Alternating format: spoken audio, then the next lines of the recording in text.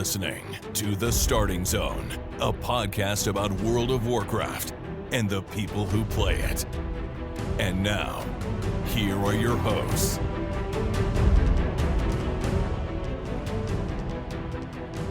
Well, hello and welcome to The Starting Zone, the podcast about World of Warcraft and the people who play it. Today is June 18th, 2024, and my name is Spencer Downey.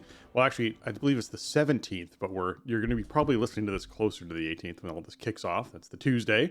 Thank you so much for listening and subscribing to the podcast. I'm joined today, as always, by my co-host, Jason Lucas. Jason, how are you doing this fine Monday? Spencer, hello, I'm back. What did I miss? Probably not much, right? I mean, what could possibly?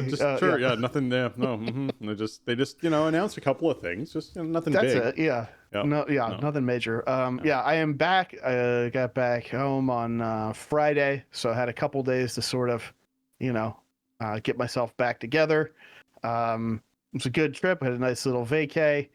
But yeah, it's traveling with little ones. It's not like relaxation time either, so I'm hanging in there. I'm trying to get back into the routine this week. You got to match their energy on some level, man. And you also have to provide them with additional energy that they can't muster, and and it's a lot. We're not we weren't just hanging out poolside or something. But it was a great trip, and it was our first time really traveling with them and stuff. So they did pretty great, I got to say. I mean, they really held up. It was a long trip, and we're in Disney, and the weather was kind of oppressively gross. Yes, it was. or just torrential pouring rain. So one or the other. But they hung in there, and we had a great time. But now it's like a time warp, it's it doesn't feel like any time really passed. And so now it's a little bit hard to get back into the routine, but that is the project for this week. I hear you. Yeah. The vacation that you need a vacation from is is what those things tend to end up being like. So I feel like I always have those. Yeah. Japan trip last year was definitely that, and then it was straight out to BlizzCon right when I got back. Yeah. So it took me about 6 months to recover from all that. This should not be quite that long. Hopefully not. Yeah. But yeah, so this past week in Warcraft, what did you end up getting up to in the couple of days that you had before you left? Yeah, I mean, I didn't get a lot going, but I did some stuff. We played last night. It was Remix Raid night, and which was I was glad I didn't miss it, because obviously I missed a lot of Remix this week, and there were some good changes that we'll talk about. Oh yeah. But we're up to the point now where there's a few people in Guild who are maxed out, really just pumping. Yeah. And so we just went through and did all the heroic raids last night. It's such a weird thing. Such a weird thing. We just cleared everything that there was. Yeah, we did. It's just done. Yeah. Yep. We got through all 5 instances in just a little more than 2 hours. We had a fight here or there bug out, and without that, I think it would have been 2 hours flat. So that was awesome, because the bronze yield is great, and plus you get a ton of gems and threads and all the stuff that you're doing Remix for. It's all right there, and plus I hadn't done a bunch of the raids, well, a couple of them. So I got my neck last night. I got my title for doing all the heroic raids. That's really the last kind of stuff I had on my list. And I had so much bronze, I'm 1 upgrade rank short across all my gear of max item level. So that'll be done tomorrow or Wednesday. And then whatever I get from that point on, I'll just be going into whatever I feel like collecting. So that's really fun. Remix is in a good place. And I think, obviously we'll talk about the big changes this week to feel wonderful. And I wouldn't be surprised if they're not done. I think as we get closer and closer to the event ending, they're going to keep ramping it up, and which is going to feel really good, especially if you put the time in early to power up your tune. So the other thing that was really cool, I hopped over to my main, obviously, and Dragonflight opened my vault, and I got basically the best neck that exists on Mythtrack with Leech. There's the one from Amir Drasil that's good because it has sort of a special effect on it, but it's not statted well. Mm-hmm. So this is the one that I got, the one that dropped from Oldemon, which is super haste heavy, and with the tertiary and all that, dropping the sockets in there, that feels really nice. I ended up just crafting a belt because I'm that's the last piece that I really need. I was rocking a 515 belt, so got that crafted. I'm just about done with gear now. Like I'm almost totally done with crests. I think I have need for maybe 30 aspect crests at this point, you know?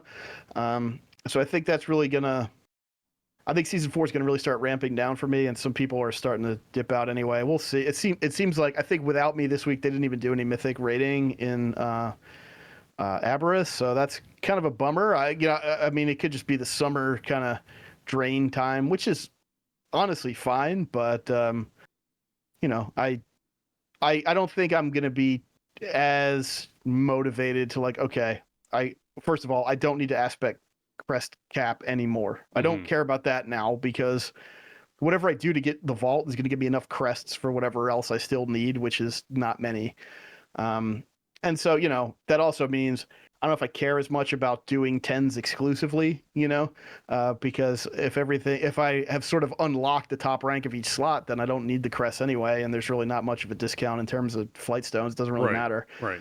I did do a +10 last night after Remix Raid just to make sure I had something in my vault. My key wasn't going to decay or whatever, you know, so that was fine. It's not a great week. So I had some minor regrets after we got in there, and it's like, this is not really actually a fun week, but whatever. I got one done. I mean, this week we'll be doing some dungeons for sure, but that's a story for a little bit later. But yeah, very truncated WoW week for sure, but productive. I mean, last night was awesome, and I was playing some Remix on Saturday, and one of the guys from Guild was like, "Hey, you want to do a heroic siege?" And I was like, "Sure, I got 45 minutes or whatever." You know what I mean? So Yeah, I ended up getting 2 siege clears in 2 days, and I need 2 more heroics, and I'll be able to buy the tusks because I'll have enough bones. So Good. That's really cool too. You know, this far out, I mean, I feel like I have plenty of time to do that. So, you know, I didn't play a lot this week, obviously, because I wasn't home, but I made the most out of it.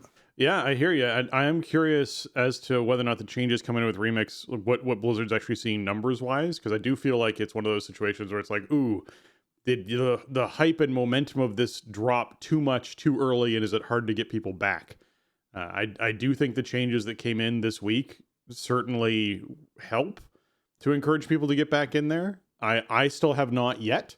I'm still one who's focusing most of my time towards beta and trying out beta dungeons and different builds and playing around with that sort of thing. So that's where a lot of my focus was, just running through the dungeons again and actually exploring them and spending time with friends over there. And there wasn't like a lot going on that was unique and new to my experience since the last time I went through all of that, but it was still a good time to do. So I am enjoying those dungeons. I do think they're going to make good Mythic Plus. I do wonder a little bit about some of the feeling of racing and pacing through those things. I know that obviously Mythic Plus is going to be a bit of a different animal inside War Within, so I think that there is going to be some benefit to taking your time and being careful as you sort of pull and work your way through this on higher and higher keys. And of course, we'll talk about the new affixes later in the show that got announced so that we can actually see how that might line up and the different roles and responsibilities associated with that. So there's a lot of internet conversation happening at the moment about those affixes, and I'm looking forward to actually getting some of our own discussion happening on that sort of thing. So I guess with that said, let's hop into what's going on this week in World of Warcraft.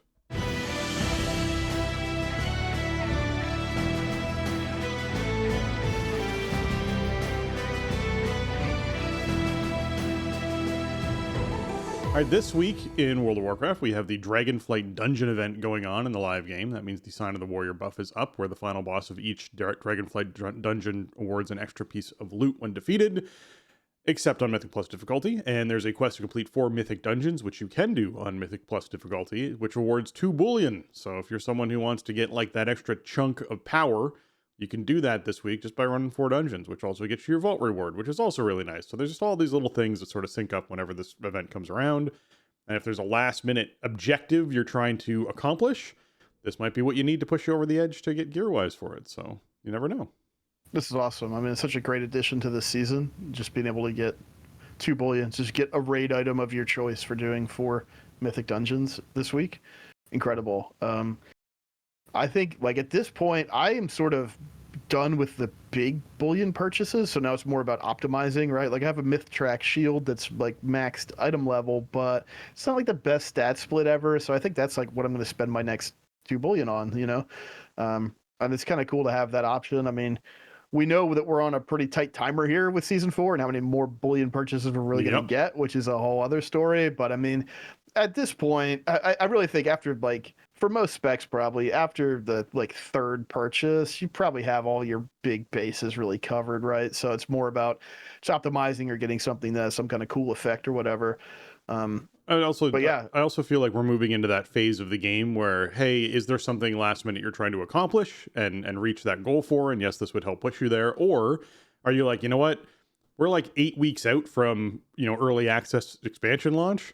I could probably just take a bit of a break, ease off the gas, explore some of these other game modes, see the outside and touch grass a little bit, like whatever it is you're wanting to do before you actually deep dive into this next expansion. Because we are entering that phase where I think a lot of raid teams will be going, all right, so how many more raid nights are we going to do before we just go, okay, we're taking a break for people to give people a chance to recover? And what are the objectives and goals that we want to accomplish before we can't accomplish them anymore? Because we are going to start seeing all of those achievements and whatnot be rolled into feats of strength and start to go away. And so people wanting to earn them, there's the clock is ticking now, right? We have that tight timeline. Yeah, I mean, I guess one thing I would say about this week's event, just sort of along those lines, is like, if you are sort of in the boat of, I want to ramp it down for the summer, I kind of did what I needed to do, whatever. The only thing I would say in favor of like, well, you should still probably log in and get some mythics done, is that the bullion that you get weekly, right, that just drops from a random raid boss, that is all, there's a catch-up mechanic around that. So once you get a bullion drop, you'll get all the bullion you're missing from each week of season 4. The dungeon event, those are just 2 bullion you can't get if you don't do this event this week. So, yeah, true. If that's all you do and you don't get your bullion from the raid drop, fine, you'll get it next week. that's not an issue. Especially if you're managing like multiple characters or whatever. I've been doing that myself. It's like, okay, I'll do LFR every other week at this point because the year it drops isn't very appealing to me, but I want to get my bullion on my own schedule, so I might as well just go 2 for 1, right? That doesn't work with this event, so just make sure, if you care about it, if there's stuff that you want from bullion, definitely do this week and get whatever item is next on your list. Yeah. Yep. Definitely check that out for sure. All right. We also have the PvP brawl for the week, which is the Warsong Scramble. So, basically it's Warsong Gulch with flags that are closer together. You can cap them when the other team is not necessarily, when your flag is not necessarily at your base, and it's just the first team to get to 10 caps. So you're just like, all right, let's just literally spam the caps as fast as possible. Give the druids or rogues or whoever has the fastest movement speed in there the opportunity to cap flags just over and over and over again and get through this as fast as possible. There's also power-ups all throughout the field to sort of make it craziness. It's a scramble is the right term. I'm just gonna say, like, they're like, what? How should we name this? Let's just go with scramble, because it really is. It is a frenetic, crazy kind of experience that you're signing yourself up for. But it's a brawl, so if you're just in there to be like, yes, I want to smash some things and have some fun and have some quick, adrenaline hits, then this will certainly do it for you. So be sure that you take advantage of Warsong Scramble if you're looking just for some silly PvP fun. Okay. Yeah, for sure. Yeah. Fast Games. Fast Games is the name of the event here. Basically, I like this better than the Deep Six version of Warsong Gulch, where it's like fewer players in there. I don't like that. I like this one better because the games are so fast compared to a traditional WSG. So, it's I don't know. I'm not really sure if the brawl rotation is something that's really speaking to people at this point. I never hear anybody talking about it, right? Or like, oh, the brawl this week is whatever. It's so fun. I'm going to do it 50 times. I haven't heard that in a long time. Yeah, I don't know. I don't know if it's really doing anything for anybody, but this one is like middle of the road. It's not the worst. It's not the best, but at least you're not going to be in there for a long time. Exactly. It's not Ashran. It's not classic Ashran. Oh my God. Yeah, it's definitely not that. It's very, very far from that. Wow. All right. Orstar the Hymenator is the awakened rune bearer in Emerald Dream this week, which means you can get your $4.99 loot off of that. So if you're someone who wants to gather some of that, get in there and knock out Orstar. The Mythic Plus affixes for the week are Tyrannical, Entangling, and Bursting. meaning that bosses have more health and them and their minions deal increased damage. While in combat, entangling vines periodically appear and snare players, and when slain, non-boss enemies explode, causing all players to suffer damage over time, and this affects stacks. However, it is dispellable. So, let's see here. This is a mediocre week, I would say. It's middle of the road for Tyrannical, because entangling is going to be a minor effect on bosses. You do have to actually move to be able to break your roots, unless someone is giving you a hand of freedom, or you're using a gnomish escape or whatever it is to try and get out of these things. However, bursting will not affect bosses at all, which is really nice. So you don't actually have to worry about that at all, which means that trash, yes, you're going to have to deal with entangling as well, and you're going to have to be a little bit more careful about how you're dealing with trash and not just blowing up large packs and putting out tons of debuffs unless you have like a revival or something that's just going to clear everyone and top everyone, which is really nice. However, it is one that's just still a little bit dangerous, because if it gets out of control, that's going to happen. So I think this is like a middle of the road Tyrannical. This isn't like the best or the worst. It's kind of like in the middle there. What do you think, Jason? I think it's a bit better than that. I think this is actually a pretty good Tyrannical week. Right. Entangling is really not that disruptive typically, and I'm trying to think. There are a couple spots where like you really don't want entangling to happen during a boss in this pool. Sure. Let's say like third boss in Azure Vault or something, when you're trying to move into the safety rune or whatever. But for the most part, it's not that bad. And in that case, you're probably better off standing in the thing and taking the stun than trying to move out of it and dip back in or whatever. Bursting. I think the thing with bursting is it's a bit more dungeon dependent, and it depends on how big you're pulling. I don't really tend to pull stuff huge because I can't control it. Like my thunderclap damage falls off pretty hard after 5 targets. So true. Yeah. Like I have a really hard time holding stuff at this point with how much damage everybody's doing and everything. I don't have that many options to hit more than that many targets. And also, like, you think of maybe Algathar Academy, right? You have those packs in the front with the lashers, and there's like 50 of them in there, but only the big one bursts. The other ones don't do like the on-death effects. So right. Blizzard's gotten pretty good about that, where it's like, okay, we want you to fight a lot of stuff at once in this pack. Like, that's sort of the design of how the dungeon works, but like they're not going to punish you with every single one of these little things has an on-death. And then again, there are some mobs in that dungeon that have on-deaths that seem like they shouldn't, like the little mana worms and stuff, and the little birds around second boss. So, you do have to pay attention to it for sure. But I feel like a lot of the routes and stuff for this season and the way the dungeons are laid out, like 4 stacks is around what feels like relatively safe. So just keep that in mind. And in a lot of cases, you might have 5 mobs you're in combat with or something.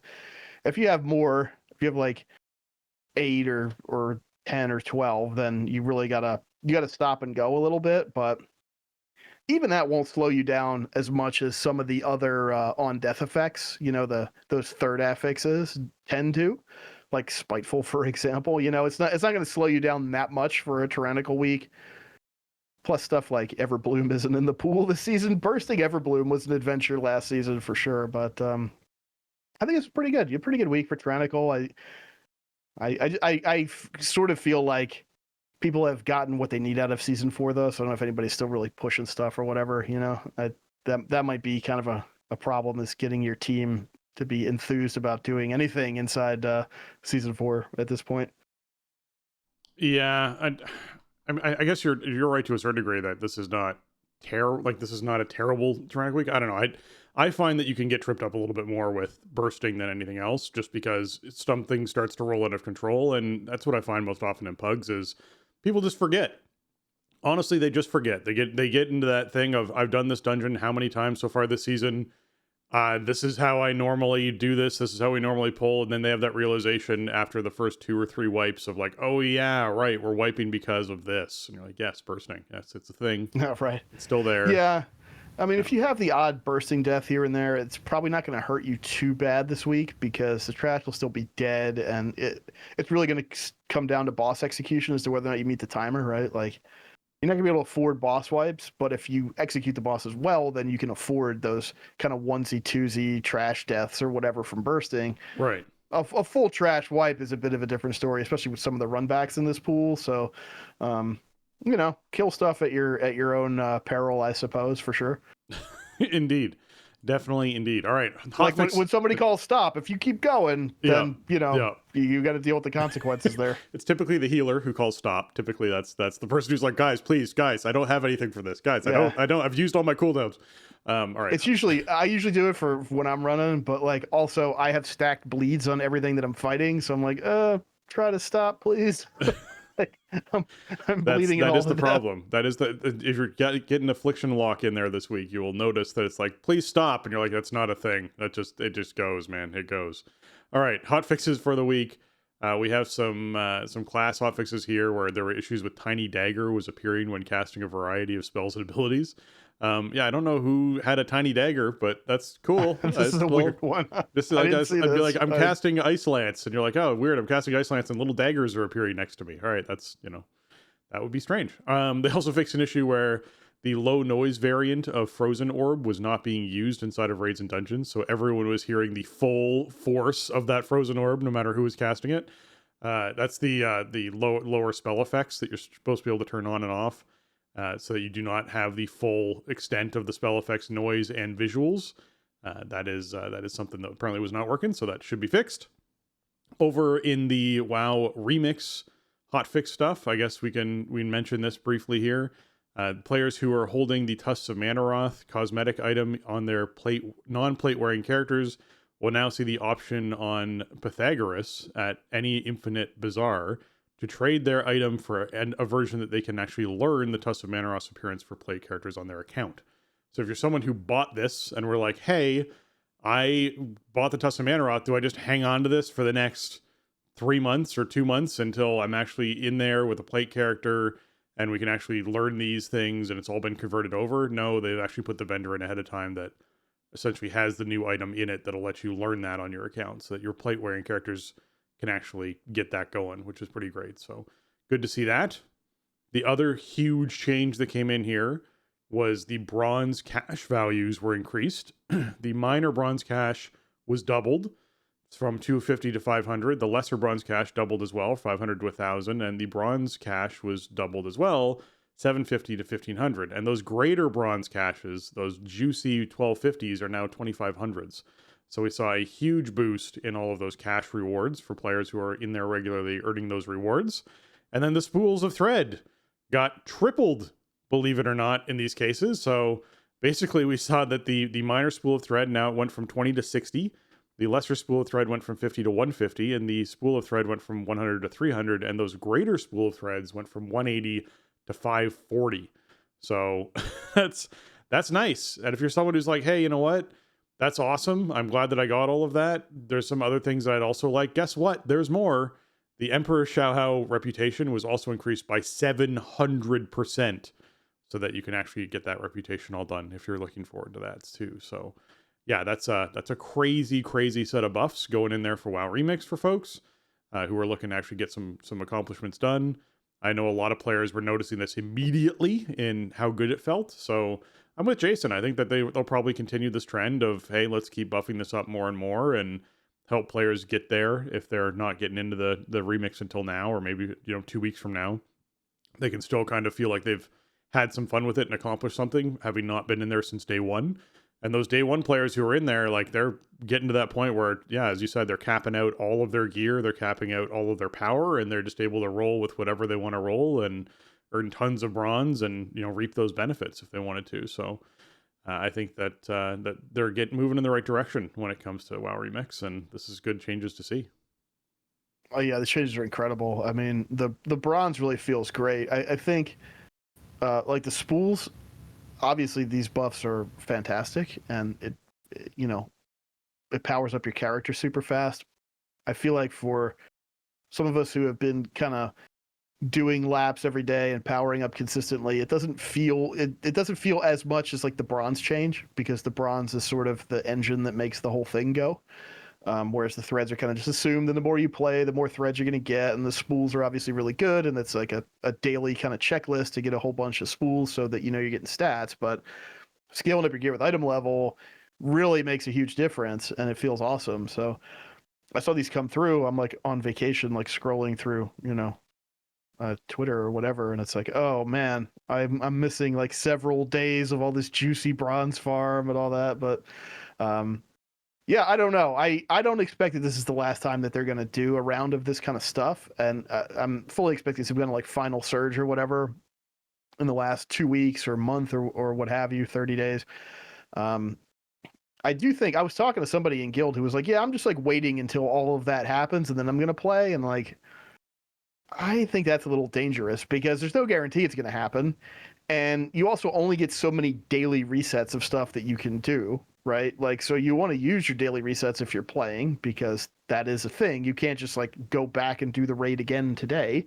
And also it's just the amount of time that you have to put in at once. Like if you wait until Blizzard says this is it, this is the final round of changes for Remix, like go have fun in the final surge here for time running, then you're going to live in there until it's done, right? Versus kind of chipping away at stuff or whatever. So, it just kind of depends, I guess, on where you're at. Like I can't devote that kind of time to a game where it's like, okay, I'm just going to no life this for a couple weeks because now it's the most efficient use of my time for the rewards.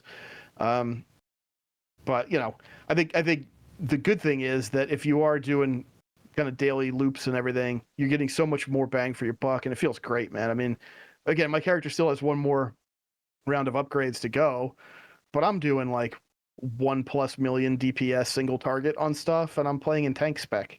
It's I have like 8 million hit points or something.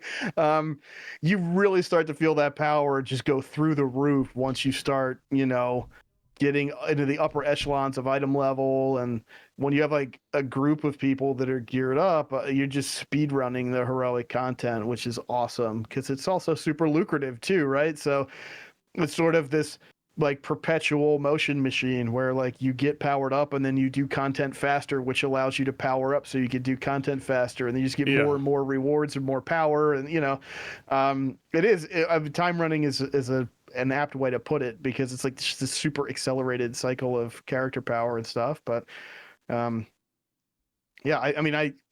think it's I think these changes really make it they make it feel really good to go in there with like, okay, here's my goal for the day or whatever. I'm gonna get this much bronze, which means that today or tomorrow or 2 days from now I'm buying this thing, right? And I think it's just way clearer past all that stuff now with the huge increases in bronze yield. So I love it. I gotta hop in there today and do my lap, and hopefully not the end for sure, but it's in such a good place, I think, right now. Yeah, I agree with you entirely that this is not the type of event where you wait till that last surge to hop in fresh and expect to be able to earn everything. It is very much based on daily lockouts.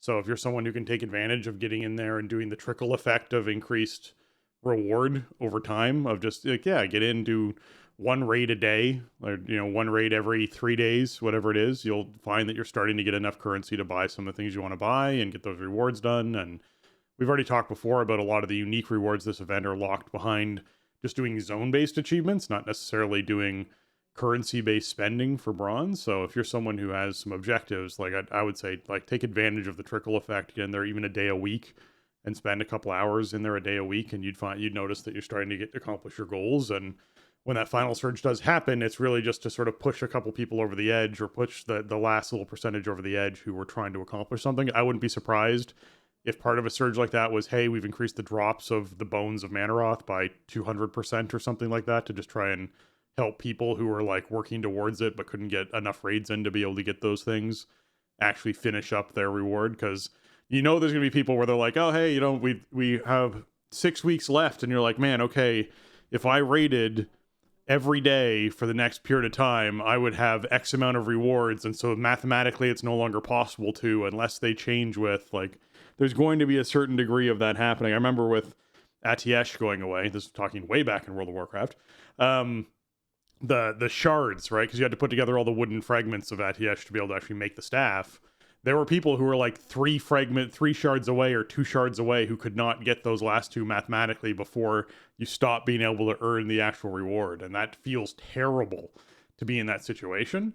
So yeah, I hope that they're in a situation where they're like, yeah, you know what, we're just going to massively increase the drop rate of things like the Bones of Manaroth so that people can actually get these things done who want to get these things done towards the end of this whole event. So I'd hate for someone to feel like, oh, well, I didn't start. Like, I would like to hear that the last Final Surge is 2 weeks long, and in those 2 weeks, if you logged in every day and did the raid once a day, you could earn enough bones to be able to do that. Like, that to me would be like, great, perfect, or more bones than that. Like, if you only played for the last week, you could earn enough bones to get it. Would be kind of a nice thing. So yeah, I think that should be the goal. Well, you could do that if you're doing heroic every day right now. Yeah, you know? exactly. That's doable for sure. It's just like you got to get to the point where you can do that. Like there is a curve you have to kind of curve past where you could do heroic or like get people to take you to a heroic if you're trying to plug into one or whatever. So, it's just it's a little bit of it was a weird conversation I was having with this particular guy because I was like, well, you don't know that they're going to continue to buff this. And if there's stuff you really want to have, like you are going to miss out on it if you don't play. So it just depends on how much that means to you, I guess. I mean,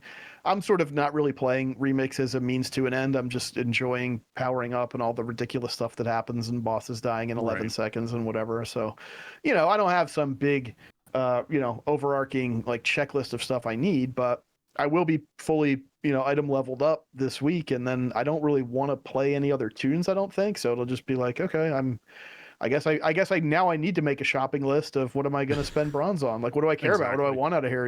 But I think that's cool. And maybe the answer is I don't want that much, and then I'll do something else. Maybe I don't think there's anything wrong with that. Nope. So, I feel like for somebody who wants to put themselves in that position, they are moving the goalpost a lot closer to you with stuff like this. So that's really good. I mean, I think it's also a good way to reward people who've been invested and who have been playing it, right? Because it's like you really see the benefits. It's very palpable when you log in now versus a week ago, before these changes came in or whatever, where it's like how much you're coming away with after a play session. Yeah, exactly.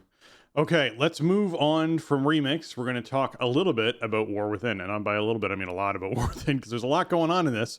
So, first and foremost, August 26th, 3 p.m. Pacific time, worldwide release for War Within. That is happening. We now know when it is. There's going to be August 22nd for the early access. So that's going to kick off on the Thursday before. And man, it's going to be slammed. There's going to be a lot of people in there right away. We know that we don't actually have season 1 kicking off till September 10th, which means that you're going to feel those 3 weeks. Like there's going to be that almost 3 week period of time if you're someone in on early access where you are grinding out gear, grinding out professions, exploring the world, accomplishing tasks you want to accomplish, getting your raid team set up for things, looking up strategies, getting your PvP season all prepped. Like all those things are going to be happening before the September 10th actual launch of season 1. When we start battling the Nerubian forces in Azj-Kahet in the expansion's first raid is what's going on there. So I think that this is actually a very accelerated timeline, which I know we should just take a moment to chat about because, man, I wasn't expecting this till like October. Right, yeah. I'm pretty much the same. This is basically an entire month earlier than I thought it would be. Yeah. I kind of thought we were looking at a late September release on this. Pleasant surprise. I'm not going to complain. I'm a bit shocked that it's, the release is so close, which it's cool in a way because it lets them sort of compress that hype cycle and people don't get like super burnt out waiting for it. It's going to be here before you know it, really, like realistically. So yeah, I saw this come through. I was actually like in Disney and I'm like, I'm like standing in a line for something and I'm looking at notifications and the Xbox showcase was going on. And, I figured like, okay, there'll be some Diablo news or whatever. And then, no. Instead, it's the big, War Within release date announcement, the new cinematic and everything. I know like the early access thing is controversial because it's a buy up and all that. I don't know, man. I think it's good. I always buy the expensive editions anyway. And then this gives me like an extra weekend when it's new and there's like no pressure. You're not going to be doing, there's no season. You can't get like the really good stuff. It's just a couple extra days to like explore the content, play through the story, maybe level up an additional character even in that early window, or maybe more than one with some of the other changes that they're bringing in. So I dig it. I mean, it is the state of the industry, right? The industry always wants an extra, few dollars out of your pocket, however you can get it. Every publisher does this. Every game does this. Man, people put out early access. This is a great example. V Rising was a game that I played almost 2.5 years ago in early access. And then it didn't launch until like 2 months ago for the actual full game coming out. Like, yes, early access to something is controversial inside World of Warcraft because people think, hey, you know what? You're basically buying character power because you get to get in before everyone else and you get this whole thing. And you're like, yes, but the season doesn't kick off until September 10th. And there's more than 2 weeks to do that. Like, even if you're someone who's hopping in right away on actual launch for the 26th, you have 2 weeks to actually gear your character and play your character and explore the world and do everything else, which is a lot of time. Even at 8 hours a week, you're still, actually probably going to max out your character inside that period of time. You're going to see a lot of content inside that period of time. Like, it's not going to be super hard for you to feel like you're on par with those people who are getting in 4 days earlier. And if that is an issue for you as far as, being able to afford to be able to do it, I feel for you. The world is expensive at the moment.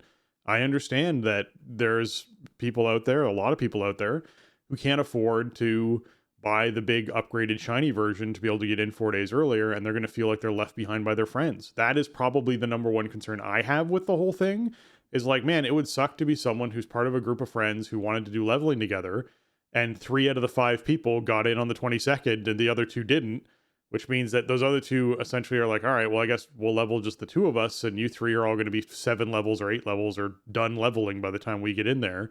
And you feel like you're sort of breaking people up economically, which is unfortunate. But I agree with you. I think the industry is in a position where this is how they make money. Like, honestly, yes, it's a subscription game. They make millions and millions of dollars off it. It funds their other games. And World of Warcraft is certainly something that I think is a rarity in because it is unique that it's a subscription-based MMO that actually survived. But it's more the case of it's a rarity that this is a game where people seem to always feel like, hey, you know what? If I pay my monthly sub, I should get everything just off that monthly sub. And maybe we're moving in that direction. Maybe that's the direction Xbox is going to want to go with it. Once, Microsoft gets their full control and their full understanding of what the business model is, maybe we'll see World of Warcraft move into a more, hey, guess what? If you pay for the sub, you just keep getting things, and that's just part of the way it is. But this is the model they've done for years. This isn't something that's super new. I'm not surprised that this is what they did for the 4 days earlier. And when it comes down to it, I wouldn't stress. If you're someone who's getting on the 26th, you still have plenty of time to get in there and play the game and see the game. The 4 days early, I agree with you. It's nice to have the extra weekend, but I don't feel like you're going to be like, oh man, this meant that I did not have enough time to be able to actually accomplish the things I wanted to accomplish before season 1 started. I think there's still plenty of time in there. Yeah. No, I agree with you. And I think that like the game development team is smart enough to be able to like insulate some of the business team's decisions from the player base, right? Because they have the luxury of the weekly lockouts and all that stuff where it's like, okay, you could have early access, but like you can't really do anything anyway until everybody's in. Now, some people will say, oh, but the gold making and the markets are going to be cornered and all that. I mean, like maybe at launch, but that stuff will even out over time. Like it's inevitable that it will. Yeah. Well, I think really. I just want to say, if you're someone who's a big gold making person, you've probably got the extra 4 days of early access because you've probably made enough gold to afford with BattleNet balance the extra 4 days of early access. That's true. In a lot of cases, then you need to get better at gold making. It's not just a get good situation. It's one of those cases of the people who I know who like are gold makers, right, have more than they know what to do with, like just a silly amount at this point. So yeah, sure. It's that case of these people, yes, are probably buying their way in earlier.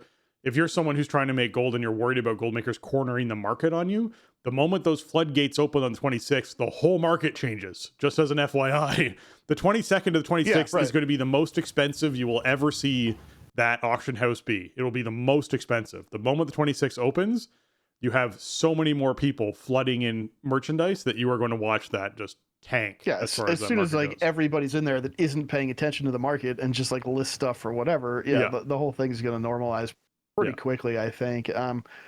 I mean, I don't know. I'm a customer, right? I always want more for my money. The company always wants more of my money. This is an amusement business. It goes back to, quarter munchers and all that. I'm not saying that I love it necessarily, but it's the state of the industry. It's in the DNA of the industry. The industry exists to try to get that extra bill out of your wallet every time, everywhere they can.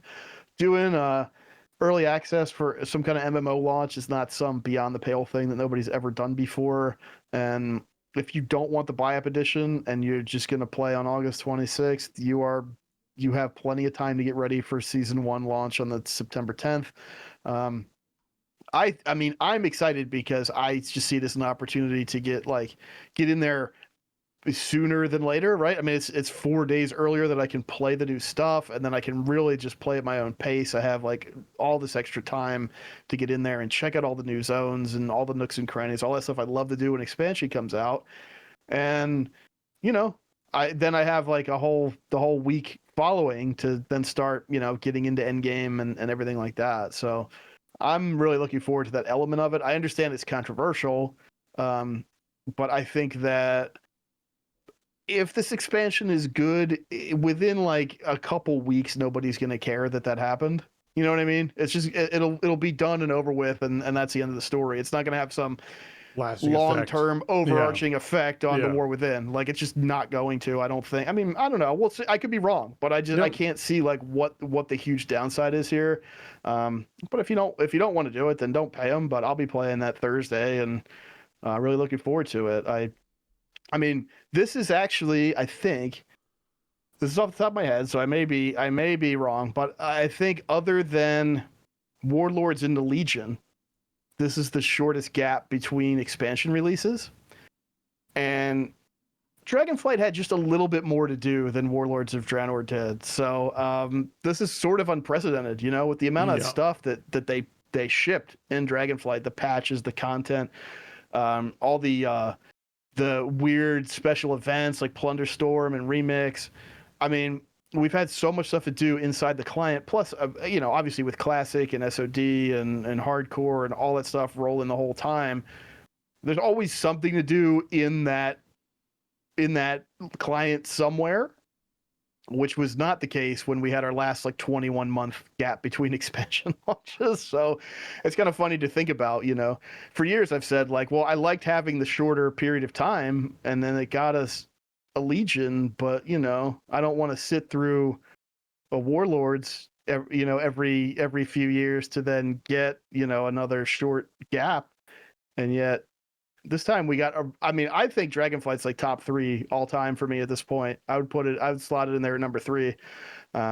So we getting a great expansion that kept us really busy and having fun almost the entire time, straight into a pretty early expansion release. I mean, this would have been unthinkable 10 years ago. So this is awesome. It certainly concerns me. I will say, I'm gonna be wet blanket a little bit here around, is this enough time for them to actually pull off the expansion that this expansion needs to be? I know that there was a lot of people who were really concerned when Dragonflight was first coming out, that it wasn't ready. It was only 2/3 baked. It needed to have that extra third of time for them to kind of really nail what they needed to nail with that. I do have some concerns with the state of beta at the moment and what we're seeing in beta. And I know that beta is one version behind the version that the devs are actually working on. So there's a lot of changes that come in regularly for it. So there's still a lot of active people working on that product to make sure it's meeting the standards it needs to meet.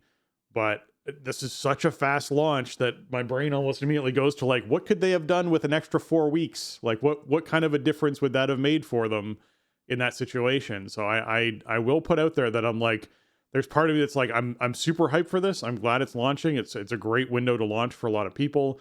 It does suck for everyone going back to school, because obviously this is when you go back to school. And September is kind of the beginning of September is kind of the worst time for those people. However, it is something to me where I'm I feel like this is very fast, and I do hope that they are ready for what this expansion needs to be, because Dragonflight, like you said, it did its job. It was the expansion after Shadowlands that was the like foundation stone for revamping World of Warcraft back into what World of Warcraft should be. And I feel like they need War Within to be the next step, that next important cornerstone that needs to be put in place to go, okay, we get it again. This is going to be really good content. And I don't know. I just get hesitant when I see really fast launches like this, where I'm like, I hope that they are going to hit the hit that we need when it comes to this sort of expansion. So yeah. Yeah, I mean, I agree with you that this expansion needs to be like rock solid. Yeah. They need to have like they need to have a streak of like expansions that are well received, and that are fun to play. Yeah. I think like, for example, around here we quite liked BFA. I think it's fair to say. Yeah. So like Legion and Oh, yeah. BFA was a pretty good time for us, but people really hated BFA. Yes, they did. And some of that was warranted, but I think they fixed a lot of the stuff wrong with BFA pretty quickly. Now, Shadowlands, if you remember, did get that delay. I mean, obviously it was 2020. It was Yep. the very early days of COVID, and they ended up bumping it a month. And I think Shadowlands was just doomed from the beginning, because they made some assumptions with the design that they refused to budge on, that people really didn't respond to. Yeah, they and were so that extra flexible, for month sure. of like polishing up the maw, that didn't help, dude. Yeah, Like people no. didn't like the maw because it just wasn't what people wanted to play. And like spending some extra time, basically rearranging the desk chairs on the Titanic didn't really do anything for them. You know what I mean? Like, Fair. It's a fair I- assessment. Yep, I'm like, with you. maybe I'm burying Shadowlands a little too hard, but like I think a lot of us have like a real visceral reaction to the state of that expansion at launch. I think the second year of Shadowlands was actually very good, even though the storyline and the setting was not really to my taste. Yeah. I think what they did with the mechanics of the gameplay was really good. It got and I better. think Yes. yeah, and I think the content was pretty strong. I really liked the Zereth Mortis Outdoor Zone and all that, but watching the whole kind of slowly unfolding train wreck from alpha into beta into release with 9.0 was just like, With your fan base Ugh. screaming at you to make Yeah, some changes, like just asking you not to absolutely ship this. screaming at you to make some changes. And you're like, okay, guys, I understand that you're doing the Steve Jobs, we know what you want better than you know what you want thing. That's Right. not the case here, guys. Like, let's be really Yeah. clear. Your customer is being very honest about concerns they have about this expansion and things that they're not enjoying, and you were not listening to them. And yeah, like I said, like you said, second year when they started listening, like it was almost immediate, the relief and enjoyment that came from that expansion. Like it was almost immediate that we were like, oh man, this is going to be great. Like imagine the quality of life that we're about to get. Imagine how much more fun this is going to be. Imagine like all of those things suddenly kicked off, but it took them that entire expansion to get there. It took them over a year Yep. to go, okay, what if we actually just listened to people? And you're like, well, Right. guys. I mean, like, I think there is something to be said for like the customer doesn't know what they want. The old Henry Ford quote of like, Yeah. if I gave my customer what they wanted, I would give them a faster horse or whatever it is. Yeah. Like, there is some truth to that. And they need to make the game that they're going to make, but like you ship Shadowlands with conduit energy. You know what I mean? Like there were just massive rakes that they kept stepping on. Yeah. I don't think in terms of overall design. Now I'm not going to get into the whole nitty gritty with class design, hero talents, specs, balance, all that stuff. That is a never ending battle that they never stop working on. Yeah. So it's not really part of the War Within in terms of like content and what we're playing. I don't think there are as many rakes for them to avoid stepping on with War Within launch, which I think is really going to help. Yeah. I think it also helps that the setting is really compelling and really core Warcraft. Like you get into Dornogal, man, and you feel like you are playing World of Warcraft. You are in Azeroth in that moment, which like I think that's a huge thing for getting people connected. I mean, the world has always been the main character of the game, right? So I think there's some compelling stuff going on here, and that some really smart designs with systems are sort of doing like the opposite of covenants and all that. Like they're taking the Dragonflight formula and adding some more complexity into the process, but in a way that's flexible for players and in a way that rewards you for doing whatever you're doing in the game. So I think these are things that are going to help it land square. Yes, there are going to be bugs. It's impossible to predict what's going to happen when millions of people all start hitting your servers at the same time. Yeah. So there are going to be issues at launch. Certainly, there's going to be stuff that maybe could have benefited from another month or 2 or 3 in the oven, but it's an MMORPG. You're building the tracks in front of the train. And it's the conversation we have every time an expansion's coming out, right? Like, is this too soon? Could they push it back a bit? And it's like, at some point, you just got to ship it and then start hot fixing it, you know? And because you got to lock stuff for localization and everything like that. And it's all part of the process, you know? I think, like, they have a lot of like a fatter pipeline on the team overall to get stuff done now. And I mean, we saw it throughout Dragonflight how much they flexed on stuff and added new stuff. So I can't help but be optimistic. I mean, I think the initial experience it's going to greet people is pretty compelling, and it's going to make them want to play. Yeah. And so that's the sauce right there, right? Like, if you have that, then people are interested in playing your game. And if, like, this talent sucks, or I don't know, these delves rewards suck, you can make them better. Like, obviously you want people to be as happy as possible when it comes out, but there's always going to be unforeseen stuff that needs tweaks. So yeah, I'm pretty optimistic. I mean, I think the overall thing, again, it's that core Warcraft fantasy, you know, it's so Azerothian when you get in there and start doing the stuff, and it's beautiful looking. And I think that kind of stuff hooks players. And if you can avoid irritating them with Azerite armor and covenants, then you're probably in good shape. Yeah. Okay. So before we hop into the big affix discussion, because we just came out of a large discussion, I want to talk about some development notes for that happened on beta. So this is still War Within notes. They're just the current live beta ones. So they went in and they actually, and I was talking to Jason about this before the show, because I'm like, what does this actually look like? Because I haven't actually tested this yet to see what this is like. They now have it so that you can use a console command, which obviously we'll have this inside the show notes for the dev notes that you can actually go and check, to allow the camera to essentially be more obstructed by colliding with the environment before pushing it forward up on your own character. So if you know that thing where basically when you back up against a wall and your camera sort of zooms right in on the back of your character's head or shoulders and you can't really see very much, they're allowing a camera to essentially travel, I assume, into or colliding with a rock before it actually starts zooming in on you and can collide more with that rock. Jason sort of described it a little bit as like, there's the potential for this, that again, neither of us have seen this yet, but if you are inside an arena and there's a pillar and you essentially pan your camera past a pillar, as opposed to your camera doing that like zoom in and out thing that happens where essentially as it hits the pillar and it collides with it, it snaps, you know, close to your character, then snaps far away from your character. It would let you actually pivot your camera so that the pillar is between your camera and your character. And this might tie in with the ability to actually put that highlight around your character, right? That like yellow light up frame, which means that you might be able to pan your camera that way, still be able to see your character's outline, so you know where your character is as you do that pan, but not have the like jarring camera zooming happening as you sort of pan it around the arena. So I'll be curious to see what this effect actually looks like and actually plays as, because it sounds cool. I just, it's hard to like envision this from a note that they put into this. Yeah, I haven't been in beta actually really at all yet, even still, but this seems like it might be really useful to avoid that kind of yo-yo effect on the camera if you're near some kind of terrain and you're trying to like back up against it and you can't get it in a comfortable spot because it keeps zooming in and then moving way out. This happens to me a lot, right? Because I'm tanking something. I want this big monster up against the wall or whatever. So I don't know. I might have to mess with this a bit and see, because I don't always necessarily care about where my character is specifically, right? Like, let's say I'm fighting a big boss and I want to have it against the wall and it doesn't get a frontal at me. I'm pointing it into the wall. And so does it super matter to me like where my feet are?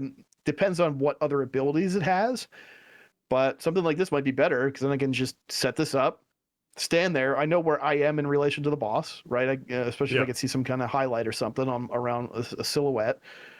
And then, swap and move, whatever. But this way, I'm not wiggling my character to try to get into a comfortable spot with the camera. So that could be cool. And also, like, if you deal with motion sickness or whatever when you're playing, if it makes the camera move less, then that's probably a big win. Yeah. Yeah. And I'm picturing any boss fight room where there's like vines or overhead tree canopy or something like that, where as you're sort of moving your camera around the room, it's bouncing around off all these things or obstructing your view in different ways. This might be a better way to sort of handle those sorts of rooms without having to lose the game design of having spaces like that they want to be able to have inside of a game like this. So yeah, if this is an alteration that moves that direction, that could be kind of cool. So I'm curious to see how it plays out. All right, let's talk dungeons and affix updates for War Within. Okay, this means we're kicking off right off the bat with basically going into what the heroic and mythic dungeons are going to be like. So in Dragonflight Season 4, this is a note from the team. So we as in the team, not Jason and I, experimented with our existing dungeon difficulty progression to offer additional endgame options for players who enjoy methodical dungeon gameplay. This updated dungeon difficulty progression is an opportunity for players that do enjoy mythic keystones to have a place to build mastery over dungeons before the pressures of a timer kick in. We plan to continue this model of progression into War Within with some exciting updates. Normal difficulty is unchanged. This difficulty will always includes our 8 War Within dungeons. In heroic difficulty, the tuning of rewards are increasing to be equivalent to the baseline value of Mythic 0. This is something we discussed a while back on the show, but just worth recapping for players who are hopping back in, all right? New mechanics and other adjustments from Mythic will not be present in this difficulty. This remains a queuable experience, and starting with Season 1 of War Within, heroic difficulty will feature our roster of seasonal dungeons. So hey, guess what? Heroic, when you're queuing random heroics, you're going to get the same dungeons that you would then see when you move into doing Mythic Zeros and Mythic Plus keystones. In Mythic Plus, the tuning and reward of this difficulty are increasing to the equivalent of a Mythic Plus 10 dungeon. This is something, again, that we've talked about already on the show, but just recapping for new players. There are no timers, affixes, or limitations on changing specializations or talents while in a Mythic 0, if you will, dungeon, or a Mythic dungeon. The goal is to create mega dungeon-like difficulty for this experience. This difficulty should present a meaningful challenge and provide commiserate rewards without the pressure of the Mythic Plus system. Starting with Season 1 in War Within, Mythic difficulty will feature our roster of seasonal dungeons. So again, you get those seasonal dungeons. Mythic difficulty will be unavailable until War Within Season 1 begins. So do not expect to be doing, Mythic dungeons on the 22nd of August. That's not a thing. It won't kick off until September 10th, so expect that. Mythic difficulty will now have a daily lockout, change from weekly in the previous system. So you will be able to run these on a daily basis as opposed to on a weekly basis. So that is another very nice change that's coming up. The seasonal roster for Heroic, Mythic, and Mythic Plus difficulties in Season 1 of War Within are the following dungeons: Stone Vault, Dawnbreaker, Arakara, City of Echoes, City of Threads, Grim Batol, the Necrotic Wake, Mists of Tirna Scythe, oh my god, and Siege of Borealis. I'm not looking forward to Mist being back, but whatever. Or Siege, to be honest. Siege of Borealis is a very cool dungeon, like really neat, but yeah. Yeah, never need to do that one again. Thanks. Nope. Yeah. Sure. Yeah. And also, I don't know about Grim Batol. I was going to say Grim Batol is also on my list of I don't need to see that again. Man, it always feels good to hop into a timer, a timer based experience and then ride around on a vehicle. Yeah. Love that. I don't know. I mean, it all depends on the tuning. I think, the dungeons are fine. I think Necrotic Wake and Mist were fine keystones at one point in time. Siege of Borealis maybe a little bit less, but I think they've learned a lot in the preceding years since that was current. Grim Batol, I don't know, man. That's a much bigger rework. That might be. I mean, Throne of Tides was, a completely different experience as a keystone than it used to be. So Grim Batol might be that scale of rework. It's okay, it's the same space. There's familiar elements, but this is an entirely new experience inside of here, which is probably necessary. I mean, Grim Batol is very old. It's. Just picture the talent system differences between the expansions from when we were doing that. Holy man. It's a radical difference for players. So yeah, it'll be a different experience. We'll have to see how it plays out. I'm excited regardless to actually get in there and see some of these again. as much as I like, I'm like, oh my God, this dungeon. It's like, well, actually that could be a really cool dungeon depending on what this feels like with class changes and tuning and everything else. So we'll have to wait and see. Maybe they'll redeem. Maybe this is the redemption season for all these dungeons that we're kind of ugging about when we Could talk be. about them. I mean, hey, we were wrong about Grim Rail Depot. Yep. That was a fine keystone. It was. And I was like, oh, why did you all vote for this? No one wants to do this. And I mean, it was still not my favorite, but it didn't like ruin the game for me. Yeah, exactly. It wasn't a, oh God, I never want to do this. Why do we have to queue for this? I'm leaving this group kind of situation. Yeah, for sure. All right. Let's talk Mythic Plus. So on +2s, you'll get your Fortified Tyrannical. +4s, we get the new passive affixes. And on +7, we get our bursting and bolstering and that sort of tier of things. So new passive affixes. Let's talk affixes. All right. Reckless, Thorned, Attuned, and Focused are the new 4 that we're going to be seeing here. Reckless is non-boss enemies without mana ignore 20% armor with their attacks, but their armor is reduced by 30%, and they take 10% increased arcane damage.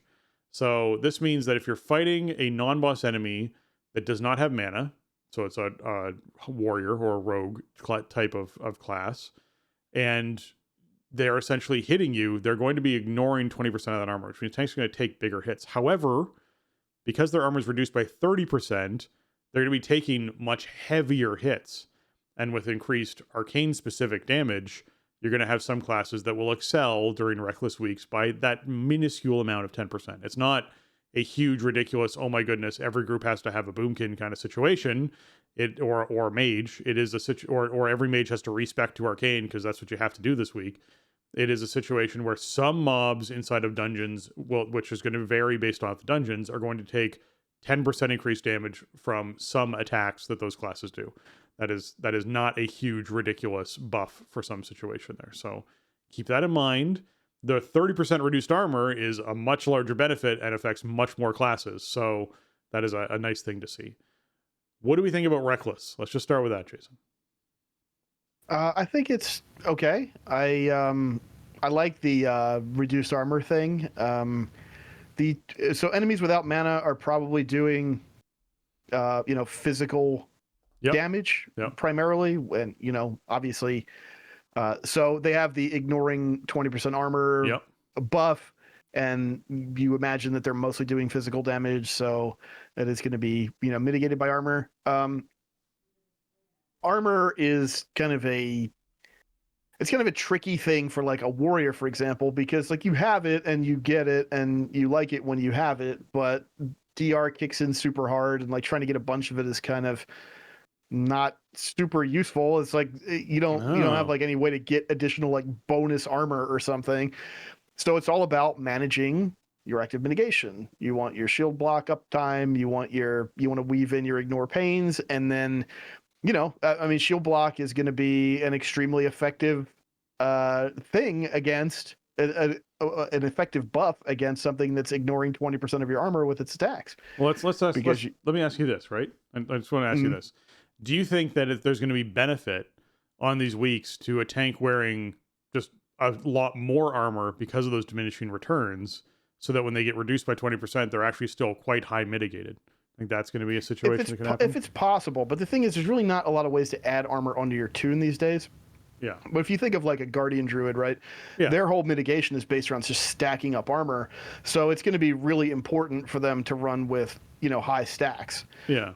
And to really prioritize using their rage defensively, which I think is fine. I mean, if this turns out to be a problem and tanks are just getting splattered because of the armor ignoring or whatever you want to call it. I mean, we can go back. It's like armor pen, but it's like we're gonna go back to the old school and call it penetration. Like, let's just go with it.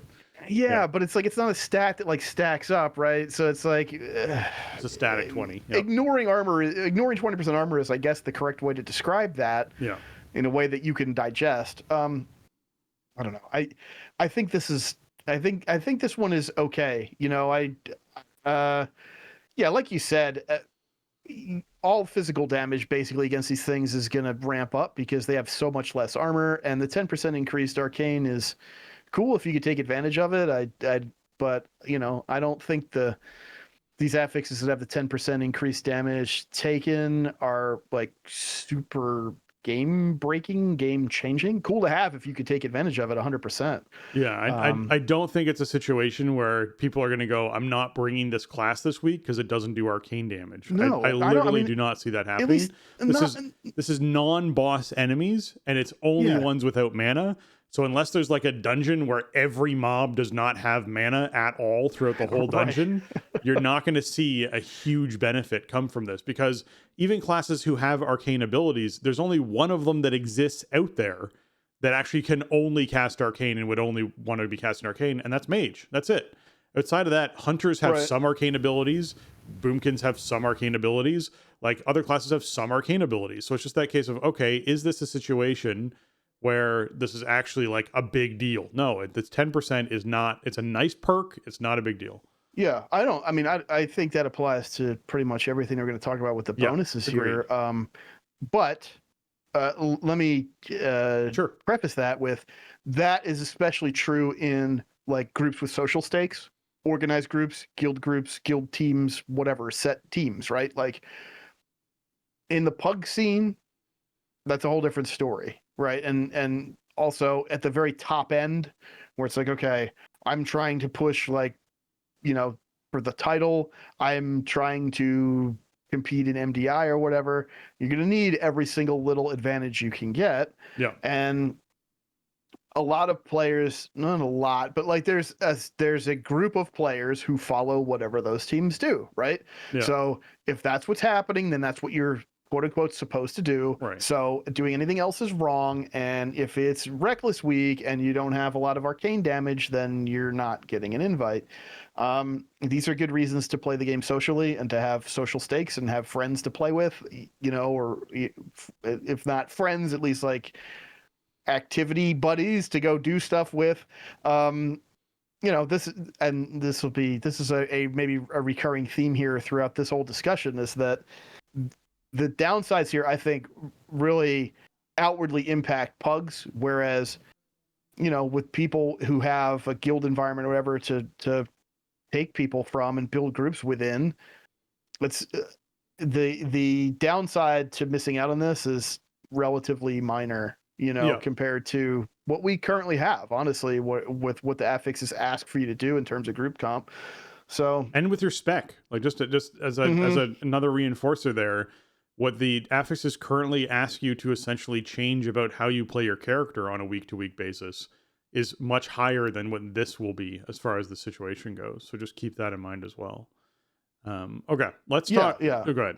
I was just gonna. I mean, I think one thing to point out here is like the whole point of these affixes is for them to be less noisy than the ones that we have currently. Agreed. Right? Like they're things that you need to pay attention to in combat, but you don't need to metagame around a whole lot. You don't need like particular build comp or like UI add-on support in order to be able to play around these affixes, Right. which I think is overall a big win, because I think we leaned into that a lot when the new affixes came in season 2 of Dragonflight. So this is just philosophically, this is like a rebuttal of that whole design, really. I agree. Thorned is the next one. And guys, I do have a point I want to make about all these affixes at the very end, but I'm going to save it till the end. So Thorned is non-boss enemies without mana inflict physical damage to their attackers when attacked, but take 10% increased holy and shadow damage. So here's another one, right? Those non-boss enemies, they inflict physical damage to their attacker when attacked. So basically, like, hey, you have passive thorns that's going to be happening through the whole dungeon that you're going to have to deal with. It's another one of those passive things. Holy and shadow, 10% more damage on those mobs. I don't think you're going to see, hey, we have to stack with 3 priests for this week. That's just not going to be a thing. Or we have to have a paladin tank with a priest healer, with a shadow priest, with a warlock. And then suddenly, like, that's going to be our group comp for the week. Because with a ret paladin, that's going to be our group comp for the week because of this. And you're like, no, that's not going to, it's going to happen. People are going to do it, but it's not going to be the thing that people require, I would say. You will not notice that 10% difference. I'll just reiterate that. Okay. Attuned? We good to talk about Attuned?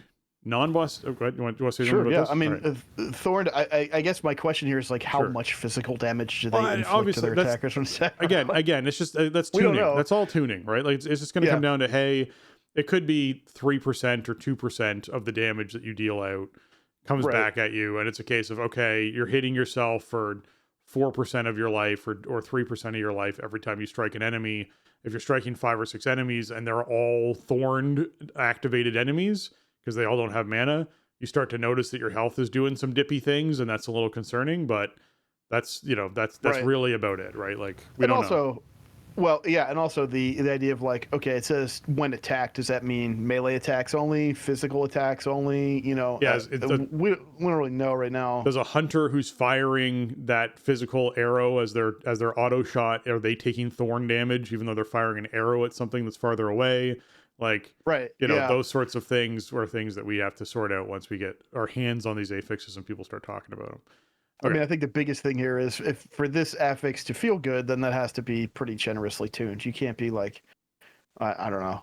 You have a rogue or something who's like attacking really fast and just blowing themselves up because the thorn damage is too much for them to sustain through, right? Like that's not really fun. So is it based on the damage you're dealing, or is it based on the amount of hits that you're having? So do fast attack classes, like, does a monk hitting Fists of Fury just explode?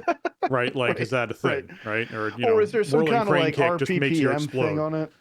Yeah, right. Or is it like a proc where it's like, okay, you're in combat with this thing, you're attacking it, so like X number of times a minute, it's gonna inflict thorn damage to you. You know what I mean? Like, sure.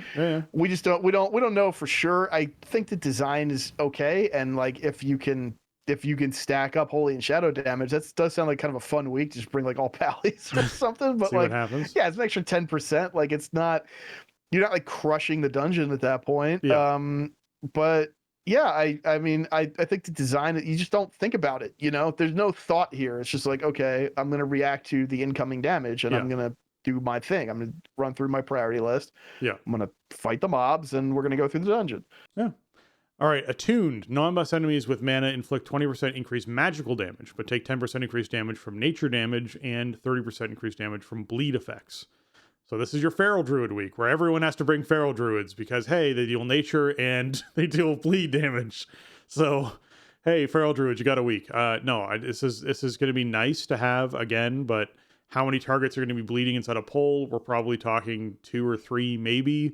And typically bleed damage is a damage over time effect, which means that, hey, you're only going to get so many ticks before the mob dies. You're not necessarily going to get your full round of bleed damage increased to 30% because it's a ticking effect, right? It's a damage over time. It's a similar thing with shadow damage being increased by 10%. Well, how many targets does a priest dot that actually has to refresh those dots on trash before the trash mob dies? Very few. There's actually been periods of time in the game where dotting was actually less DPS. You just didn't bother doing it because stuff died so fast that it was a DPS loss to spend global cooldowns doing that. Now, a lot of druid abilities are strong bleeds, and that's great. And there's going to be some situations where that's helpful. But again, it's minuscule enough that I don't think you'll see people stacking a particular class or whatever to try and take advantage of this. On the other hand, 20% increased magic damage is a lot of damage. I think we will definitely see some tuning happen around that with certain mobs where there's large AoE effects that, like a Frostbolt Volley, something like that, that is going to get tuned because 20% increased damage on attuned weeks is going to hurt with those sorts of abilities. So you'll definitely have some more paying attention to things on this week. Especially with fortified. Yeah, like fortified attuned weeks could get a little gnarly. This is like, man, you talk about a kiss curse here. For me, looking at it as a prot warrior, it's like, okay, I make everything bleed that I hit, like all the time. So yeah, I want to make it all bleed, but I don't want it to do 20% increased magic damage to me. Although warriors are getting some cool new tools to deal with magic damage, which is kind of exciting. So the possibilities here start sort of clicking into place.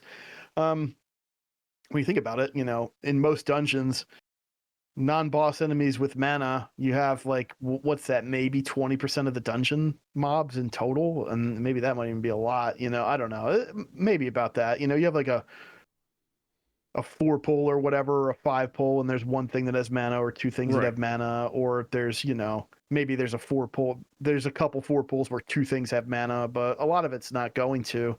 Um, this does put a giant target on these things, right? The bullseye is on anything with mana on a tuned week. Like, Yeah. you want to kill that first. You want to control it. You want to just pay extra attention to it, which I think creates some kind of interesting play there. Reminds me almost of like tanking like TBC heroics.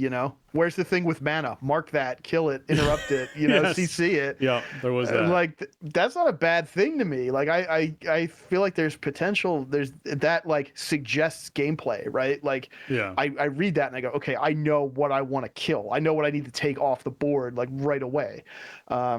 So I think there's something cool about that. I do agree that like 20% increased magic damage may not work. That's a lot. And once we start getting up there into the, 8, 9, 10 range with fortified weeks, that's a ton of damage that those things could pump out. So that could be a little dangerous. That might need a little tuning, but we're still in beta. They're going to do some testing. They're going to look at feedback. And I mean, we've seen how much they have tweaked Keystone Dungeons in the last few years. So I feel like if this comes in too hot, that they'll cool it down a bit. Overall, I think the idea is sort of cool to make it like, okay, these just put like a spotlight on these things. Like, man, these things are super dangerous. So make sure you kill them. As far as focus goes, non-boss enemies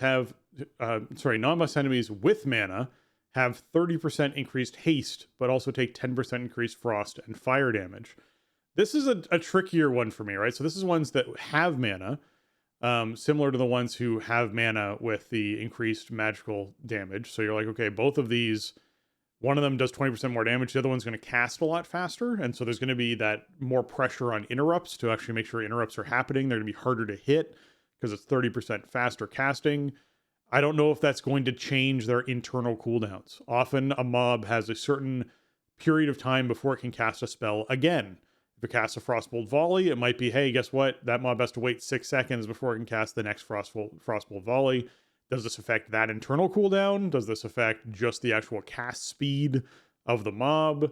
It's a curious thing. We'll have to see what actually, again, plays out with Focused. However, but that 10% increased frost and fire damage, that's your mages and shamans get to rejoice inside those departments. To a certain degree, Death Knights too, with some of that frost. But it's going to be interesting to see how that focused effect kind of plays out. But the thing I wanted to highlight here about all of these affixes is the majority, the bulk, the like 90% of the burden that these passive affixes add is to tanks and healers. That's where the huge onus lies. Hey, you're going to be taking more damage because their attacks ignore armor, so that means your tank has to be better with their mitigation. Healers have to be better at keeping the tank alive. Hey, whenever someone hits something, they're going to take physical damage back from thorns. That's healers. Healers' problem, they got to deal with it. Hey, mobs are going to be casting and just hitting everything harder with their spells when they're doing them. So that's healers again. Hey, mobs are going to be casting much faster, and so they're going to actually be doing more damage to the group overall. That's healers again. And in a certain degree, tanks, because, hey, tanks are the ones who tend to interrupt the most inside of a group when it comes to things like that. So I do wish that these affixes had something more to do with DPS, but was a general DPS. I don't want Incorporeal. I don't want us to see what what Incorporeal could be like, or Afflicted could be like inside these places. I want those affixes gone. They're going to be gone. We'll talk about that next. But it's one of those cases to me of I do wish that there was some sort of better onus for DPS to take care of something. And I just feel like it ends up being with a lot of these affixes. It's like, hey, don't worry, that's the tank's problem, or don't worry, that's the healer's problem.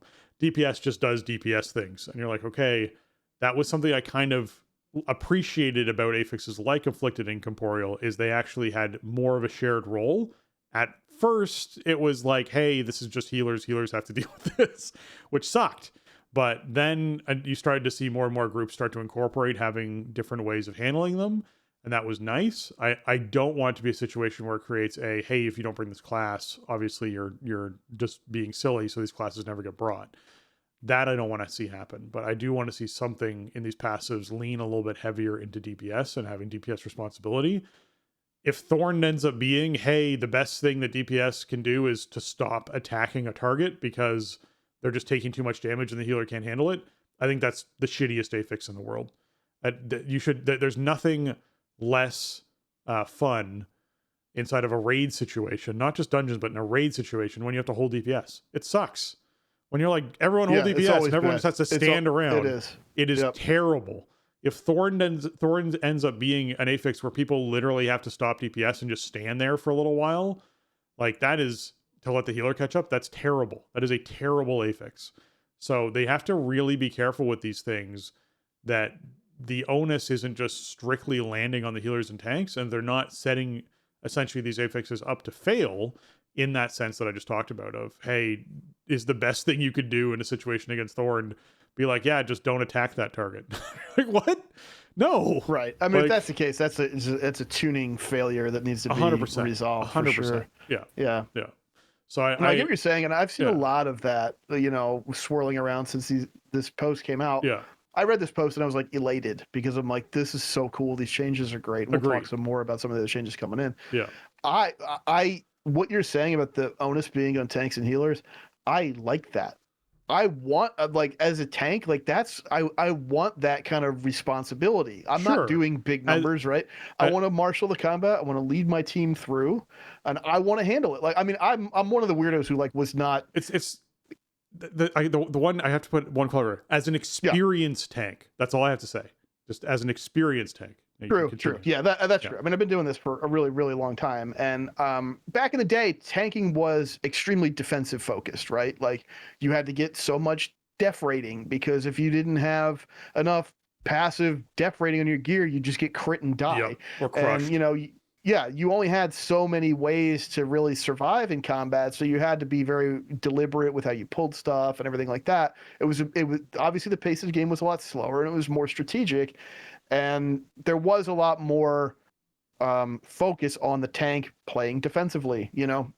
We sort of live in a world now where the tank is essentially a very sturdy and threatening DPS. That is, your main role is to just keep everything pointed away while everybody does as much damage as possible. Yeah. Which is fine, but it's not really my preference. So having more of a focus on I have to play defensively, I have to play smart, I have to use my resources well.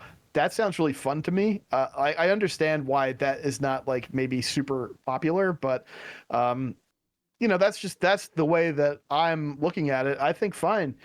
Put the onus on the tanks to help the group succeed. Let the DPS do their damage, get all their stuff in, pop all their big buttons, and they can drop, interrupts on the stuff that actually you want to interrupt instead of an incorporeal. They can dispel something you actually want to dispel instead of an afflicted. Just keep the focus on the mobs that exist inside the dungeon. I really like that element of the change. So yeah, I don't know. I've had a different reaction to it than I think some people have. Obviously, there are still people who want to live in no affix land. I don't necessarily think no affix land would be a bad idea, but Blizzard is not doing that right now. It's just not. It's not on the radar. They're trying to find these places where they can shave the edges down on the affixes and make it more fun. Maybe we end up in no affix land someday, but it wasn't going to be right now, and I didn't really expect that.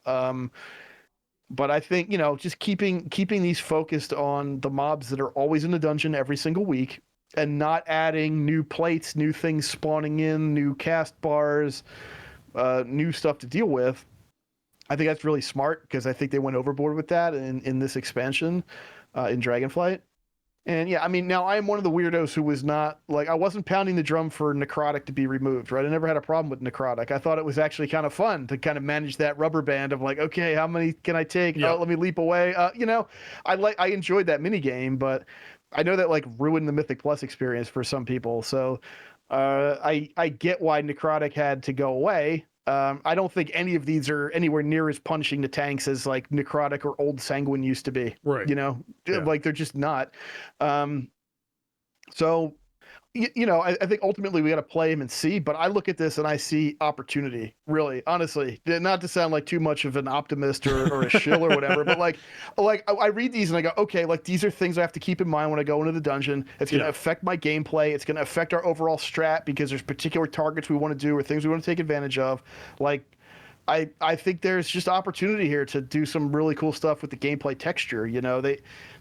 A problem that WoW has had in the Mythic Plus era is that everything sort of regresses towards this gameplay style of pull as much as you can hold and everybody do as much AoE damage as you can. And Blizzard tries to break that up, and then eventually it just goes back that way as people get more and more power. I don't know if this is really going to do anything about that, but at least there's more texture overall throughout the gameplay, which might create moments where you can slow down a little bit and not feel like it's a punishment. One other thing too, I just want to point out about this is like, people automatically, I think WoW players were sort of conditioned. We jump to like the worst, like logical conclusion. Like, oh no, I don't do any holy or shadow damage, which means on Thorned weeks, I'll never be able to get into any groups. Yeah. The world we've existed in for years is that if you're not the flavor of the month, if you're not the meta spec for whatever season you're in, it's going to be hard for you to get groups regardless, right? People are going to want that god comp, whatever. Yeah. At the very least, if nothing else, these affixes at least make it so there are 4 different god comps. So there's like a rotating priority system of like, okay, well, at least one of these weeks you're probably desirable in a pug situation in some way. So it's definitely a different way to look at it. Yeah. Yeah, like they can't social engineer that stuff totally out of the game, is my thought, right? Like the only way you could do it so that every class would be like equally interesting or equally attractive to somebody putting together a pug would be to homogenize everything, flatten everything out so much that there wouldn't be any variety between classes. So then why even have so many different classes? You're going to have these sort of spiky moments here and there, but I think it's worth it overall to have the gameplay variety and the flavor.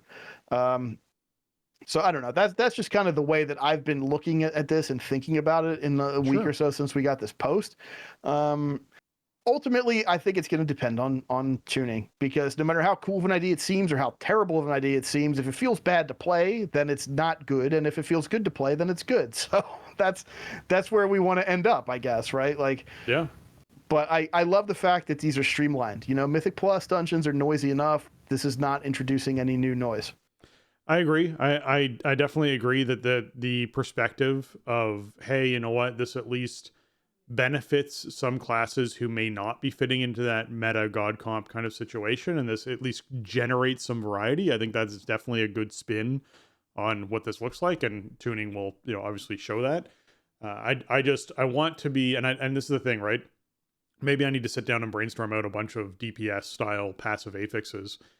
The first sort of idea that sort of comes to mind is creating a situation where there's mobs in a dungeon that force people to do a dance, like just through, or in the general, where it's like, okay, hey, at certain points, if you run inside a triangular shape with highlighted things on the floor, you do 20% more damage if you choose to do that movement. And then the Kiss curse is, hey, that triangle might be 10 yards by 10 yards by 10 yards, right? There might be 3 10-yard runs, is dropping your focus on the damaging target you're doing to do that run around worth it to you? Is there a way to sort of build that into your movement, or is there something where you're putting yourself in jeopardy by running out of something you're supposed to be standing in, like a protective bubble, to be able to do that thing to get the damage buff? Like, it's something along those lines would be something where like, okay, this only affects DPS, it does not affect healers, it does not affect tanks, and it's a situation where it's a passive thing that just happens throughout the dungeon that forces DPS to pay attention to something. Because if they want to gain a benefit, then they need to pay attention to it. Something like that, to me, is just a case where you're like, all right, that week then becomes a great week to be a tank or a healer, because the dungeon's just a dungeon to a tank and a healer that week. You don't need to have necessarily a week where every single time you're going into it, it's going to affect your play style every single week in how you actually approach a dungeon. I don't think that's necessary for every class, because in this case, when you look at these 4 things, there's only 2 of them really that affect DPS in some sort of large way. You're still going to want to interrupt things no matter what, but with focus, you're going to have to be a lot more on the ball about interrupting stuff faster as a DPS. And when it comes to Thorn, hey, depending on how it's tuned, you might have to stop damage or switch targets or have certain DPS target certain things versus other things That's really it. And those are very minor ways to affect a DPS. It doesn't really affect them that much. Whereas the healer and tank's job are substantially more difficult in those situations, depending on the week. If a tank is 20% less armor, that's very noticeable for both the tank and the healer. When you actually have that extra physical damage happening constantly for a tank all of the time whenever they're attacking something and everyone else in the group, that is something else with Thorned, where you're going to see the healer have to work a lot harder in that. So I want to see some of that onus passed on to DPS, but not in a way that's like Afflicted or Incorporeal, where it's like, hey, this is such a strict benefit where we need to bring certain classes to sort of accommodate this affix and what's happening with this affix. So we'll see what they choose to do with these throughout the season, and we'll have to, obviously, season 2, when it launches for War Within, we'll see potentially even more affix changes and things rotate in and out. And speaking of things rotated in and out, with a new passive affix bucket set to replace the current +4 affix bucket, for the following affixes are going to be retired within the War Within. So Afflicted, Incorporeal, Entangling, Storming, and Volcanic are gone. They are rotated out for these 4 affixes. So they're also reducing the bucket, right? It went from being 5 affixes to being 4, and they are getting rid of that, which means, yes, we can all celebrate Afflicted and Incorporeal going away, and we can all mourn Volcanic leaving, because everyone loved having Volcanic because it was just so easy to just accommodate and have be a non-affix. So, yes. It's okay. Volcanic, maybe it needs to die for Afflicted in Incorporeal sins. I'm yes, okay with exactly. that. Yep. Fair enough. I mean, also, I think like Entangling, Storming, and Volcanic don't really add a lot to the gameplay anyway. They don't at all. So they that's don't. fine. Agreed. Yeah, and Afflicted and Incorporeal just suck for reasons that we have identified many, many times on the show since Dragonflight Season 2. I would like to think that in some small way, some of the stuff that we put out into the universe has maybe made the devs rethink, how these affixes work, because I've not been a fan. You can listen to any episode since they came out where it's a week where they're rolling, and I don't like what they do to the game. They don't make the dungeon more fun or more interesting. The challenge feels like incongruous, and then you also have to make sure that you build around it very specifically. So I think whatever it was going to take to get rid of those 2 affixes was worth it, because I think, not a lot of missteps, as we say on the show a lot about Dragonflight, but Afflicted and Incorporeal were a couple misses. Entangling was pretty good, though, honestly. So, but I think moving away from all this stuff is noisy, right? This is more stuff in the battlefield. All of these are gone. The new ones do not put more stuff in the battlefield. True, it doesn't. It doesn't at all. And speaking of that, they're also going to match the number of affixes on the level 4 bucket by removing Raging, Bolstering, Bursting, and Sanguine from the pool, which I believe... What does that end up leaving us with now? Spiteful is... Nope. Well, they're going to be retiring Spiteful. Oh, sorry. That's what I read wrong. They're keeping Raging, Bolstering, Bursting, and Sanguine, and they're retiring Spiteful. Spiteful is going away. So they're getting rid of all the ghosts. All the ghosts are going away when it comes to this sort of thing. So I'm actually a lot happier now rereading that and reading it the way that it was intended. The Raging, Bolstering, Bursting, Sanguine, I think, are all good affixes to see remain. Raging is dispellable and something that you can affect as far as your gameplay goes. However, we're going to see dangerous weeks like Raging Attuned and Raging Focused, where, hey, we can't interrupt these mobs once they go below 30%. Well, we can't really CC them as effectively once they go below 30% health. So we're now in a situation where we have to actually handle that trickier problem. Bolstering a similar thing. Hey, what does a thorned bolstering mob feel like? If that mob gets bolstered up 3 or 4 times, does the thorn damage get bolstered? Whoa, is that going to be freaking weird to deal with? Is it tied to their health or something, or is it tied to the damage that they're doing? I don't know. Or is it, there could be interplay between these that we don't see right now too. Yeah. With bursting mobs, hey, you know what? We're already taking increased magical damage on that attuned week, and then we have mobs bursting on top of that. It's even heavier on healers to sort of manage or handle, or we're killing thorned mobs and they're bursting, and then you have bursting stacks on top of the thorn damage, and it's hard to get people up high enough in health to handle the bursting damage, and like that could be a really interesting combination there. Sanguine, I think in general is going to be that's going to be Raging and Sanguine to me feel like the easier ones to handle. I think Bolstering and Bursting are the ones that are going to be trickier with this current layout, but yeah, we'll see how Raging and Sanguine play out. right now I feel like those are going to be the easier combos to hit with all of these and see how they all play out. So yeah, because none of the passives are really zone denial. So you add zone denial into this, do I think it's a big deal? Probably not that huge a deal with Sanguine. But you Right. also don't want Yeah. a Thorn mob standing inside of a Sanguine puddle, forever healing itself as your DPS take damage, pounding away on it, not accomplishing anything. That would be very bad. Yep. And I mean, Sanguine's a very tank dependent affix as well. Yeah. But again, like I sort of enjoy the skill expression there of like, oh man, look how nice I set this up, or I'm going to move over this way, which is going to make the mobs do this, and then we could pick them off in the back and then work our way. Like, I think that that's a fun part of it for me tanking, especially in a world where, like I said, a lot of the strategy has kind of been smoothed out over the years, and the defensive sort of posture is not as important as it used to be. I'm okay with Sanguine sticking around. I know people really hate it. It's 20 seconds. I don't know. There's counterplay. Sometimes it's fun to figure out how to get mobs out of it. If you have to do something kind of unconventional. Right. I really don't mind it. Spiteful going away is a huge win. Like, you give me these 4 any day over Spiteful, and I'm happy. Spiteful just stunk. It was not fun to deal with, and it slowed you down so much. You have those 4 Spiteful weeks, and it's like, all right, we just live in this room right now until, all this stuff dies and its ghosts die, and then the RP happens and the door opens or whatever.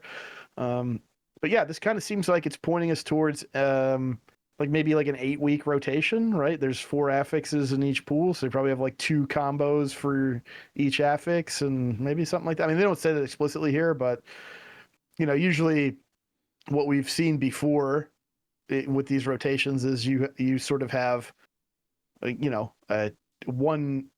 two different pairs of them, like 1 +4 affix will come in with a +7 affix or whatever, or however they've done the split over the years.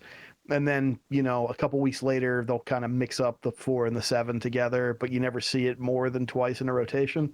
Could be like a 12 or a 16-week rotation, but I think they've been sort of trending more towards shorter rotations, which is good because that means you get more practice with these different combos, and then everything just feels better to do because you're familiar with it. You have more practice with it, and then that also just inherently reduces some of the challenge.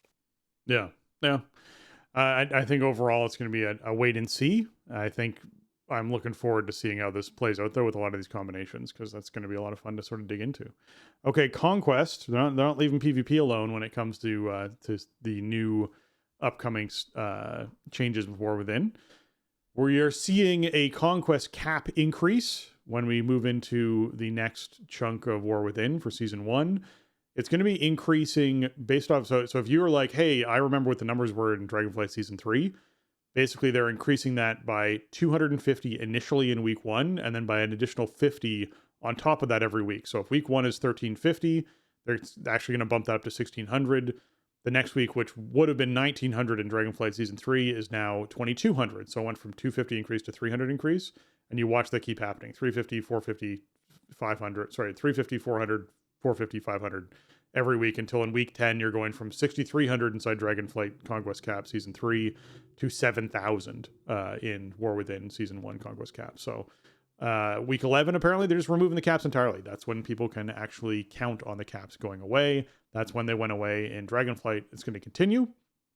Along those same lines, they're also increasing the amount of value you gain from all the activities you do in Conquest. So Arena, Epic Battlegrounds, Brawls, Rated Battlegrounds, Arena Skirmishes, Random Battlegrounds, Rated Solo Shuffle, and Rated Battlegrounds, Blitz, all increased by 15 to 20% as far as the rewards from those go. So you're getting that extra chunk of Conquest just from doing those activities to help you fill out that bar as well that much faster. Overall, this means that not only you're going to be able to earn more Conquest every week, it's going to be easier to earn every week, which is, I think, overall a good change for a lot of the PvPers out there. So glad to see that. Yeah, it's cool. I mean, keep in mind that PvP is no longer going to grant you rewards for Great Vault. Yeah. Right? Like, that row is being taken over by Delves. Yeah. And we're going back to more of a traditional Conquest vendor type system. So Conquest acquisition is inherently a bit more important, I think, coming into War Within. So I like that they're tweaking these numbers, and also that they're getting way out in front of it, and kind of putting this stuff out there very early. And also, even mentioning when they intend to remove the cap, so you can Yeah. plan accordingly and provide whatever feedback that you might have about the conquest changes. It should make sense. Conquest is going to be more important, more valuable in a way, because you don't have that potential to get something from the vault from PvP. So if all you do is PvP, like, you're losing that kind of random, semi-random gear chance every week, and so then you're going to want to buy more stuff. So you'll be able to, compared to how it's been in Dragonflight. So Yeah. cool change, and I'm glad they communicated about it and gave a timeline. I wish we could always have that. Yes, that would be wonderful. Okay, let's take a moment here to jump into Season of Discovery, because we did get the Phase 4 sort of blog that's coming up. And in this Phase 4 blog, we didn't necessarily get a like, hey, here's the exact launch date for when all this is taking place, but we do know that it's soon because the PTR went up for this. So with the PTR going up for it, it's probably in the next 2 to 3 weeks tops that we're going to see us move into Phase 4 of Season of Discovery. However, they haven't announced anything yet. So what do we have in store? Well, the Discoverer's Delight buff from 1 to 50 is going up to 150%. From 50 to 60, it's going up to 50%. So it will be, that 50% bonus experience gain for players moving up to level 60. That's going to be a nice touch for everyone. There's going to be new runes and for each class to discover, and the new slots. The slots are going to be on your rings and your necklaces. Your necklaces are going to be more utility based, and the ones on your rings are going to be more class adjustment. So things that actually change particularly about your class. So keep that in mind as far as that stuff goes. We know that there's going to be dungeon updates for Blackrock Depths, the second half of that, as well as Blackrock Spire. Dire Maul, the 3 wings that exist there, Scholomance and Stratholme, are going to be all the level 60 dungeons that you can sort of hop into and participate in. Molten Core is going to be a 20-player raid with 10 classic bosses. So that is going to be something that players can actually hop into and participate with. I still hesitate about the 20-player raids. I don't like that very much, but we'll see. The experience of Lord Kazak and Azaragos as brand new instanced versions of these encounters. These used to be 40 players, but they're actually going to tune them to a 20-player content. Anixia is also going to be adjusted to accommodate 40 or fewer players. What they mean by fewer players is that they're balancing these bosses for a 20-player group, but they are allowing up to 40 players to be in that group. So that's what they're actually looking at with this content. This is what I've been calling for with Sunken Temple, of saying, hey, you should tune this for 10 people, but allow 20 people to get into it, which means if you only have 14 that week, it's still a clear that you can do with that group. I want to see more of this in more content personally. So I am glad to see, that they changed Molten Core down to being 20 players, but that they're starting to experiment with that. Hey, you know what? These encounters, we should tune differently. We should tune them for 20, even though you can bring up to 40, because I'd like to see some of this content be adjustable in the sense where they go, hey, we're going to tune this for 10, but you can bring up to 20, because that way when it's summer and everyone kind of goes on vacation and takes off and does the thing, or when they go back to school in September, or when the new WoW expansion comes out, or whenever it is, pull someone away, you're not left in a situation where you're like, hey, well, we had 20 people for 3 weeks and it was really fun. Now we're trying to pug people every week to try and make this all happen. And that's a really disappointing experience for the players. For us, it just meant that we stopped raiding. Like we cleared Sunken Temple twice, and then we could not get the people together to run it again, which was really sad. And you're like, okay, well, there's still 15 of us who show up who want to do this. We can kill 1 or 2 bosses, but that's all we can manage through. And we sort of struggle against it doing that. So what's the point? Like, and that's really disappointing. So I would like to see a lot of this content tuned back down to 10. I think moving up to 20s was an ambitious goal. And at the time, it was a good goal based on what was happening around the game. And I think there's so much more happening around the game and summer and everything else. It does not make sense to be releasing 20 plus player content, because I just feel like you're setting everyone up to be a struggle. And I think that's unfortunate. So if I don't have the internal numbers of Blizz. Maybe there's hundreds of 20-player raid teams out there. I find that very hard to believe, but maybe there is. And so they're accommodating for that group. But from what I've seen around Season of Discovery, there's not. there's a few mega guilds that are big, and they have a lot of people that they can sort of pull in for different raid situations and try and form a raid every week or a couple of raids every week. And then there's everyone else who is what I presume would be the bulk majority, who struggle to get a group together of 20 people. So I think it makes sense to sort of apply their efforts more towards the masses than towards the niche mega guilds that exist. So hopefully they take advantage of this new scaling stuff that they're putting in for these bosses and make some more scalable stuff so that people can get in there and experience the content, because it's a lot of fun. The things I don't see here that I want on my wish list, I'm putting it out there. I need catch up for runes. We need to literally have a vendor or something in the game that when someone is leveling up, they can go and visit and just buy runes off of. Because when you hit level 60 or level 50 and you go, hey, I want to do this content, and then you recognize that you actually aren't viable for doing that content yet in the eyes of the other players there because you don't have your runes yet. Like, as a resto druid, you can't resurrect someone yet. That's a problem. Like, that's a problem. So you need to, go back to Scarlet Monastery and farm the book to learn how to resurrect someone. Or you need to go out to this area and do this 1.5 hour quest chain to get the rune to be able to do this thing. Like, that's not something that I think they need to be having in place for these classes in Season of Discovery. They need to allow a catch up. If people want to save themselves the gold to go out and actually do the quest chain and get the rune themselves, they have that option. I think that should be a viable option for players if they want to do that.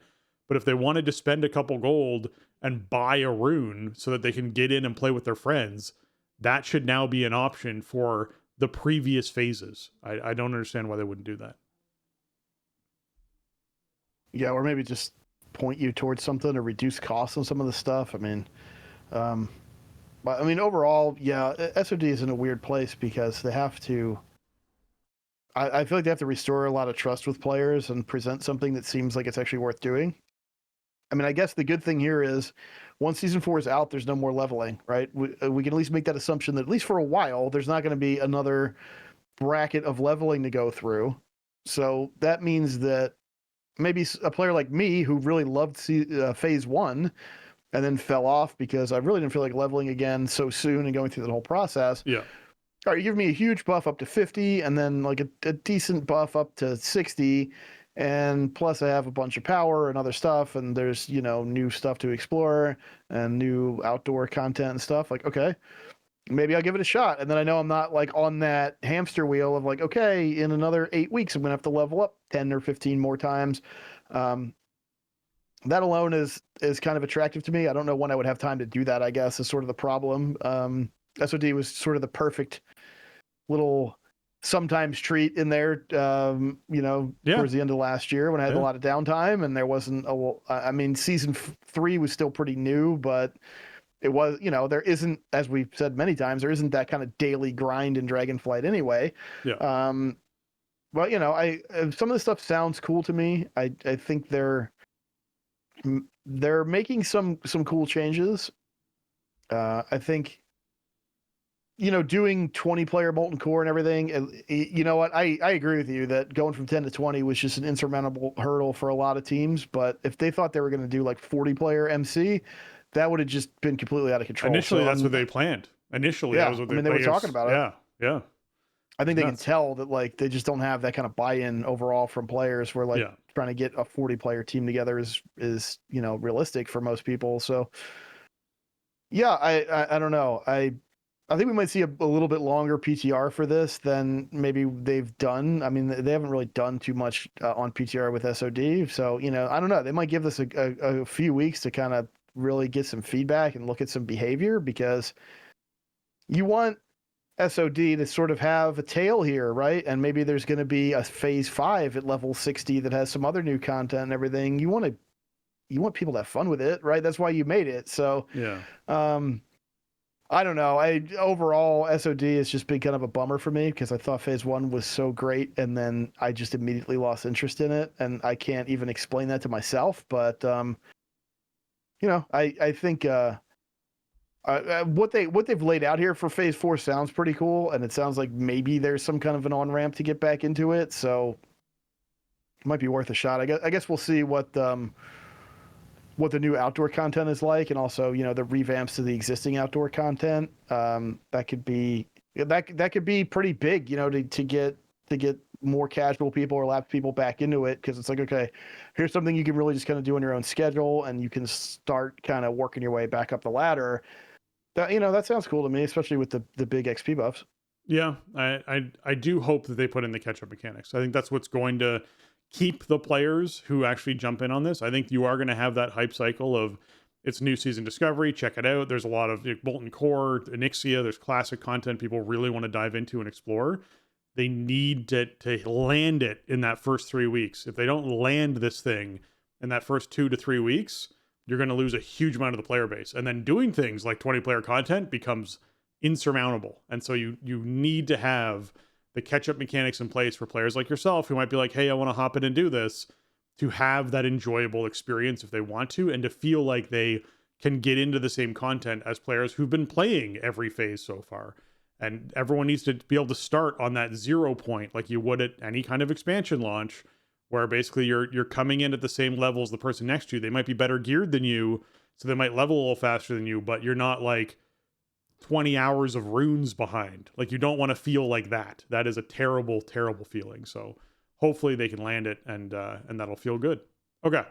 Last but not least, we have to give a TSZ goodbye to Mr. John Haidt, who has been working as part of the Blizzard universes for an incredible amount of time. And man, one of the OG guys that we've worked with at Blizzard. So it's sad to see him go, but I am excited to hear about what he's going to take on next and where he chooses to go next.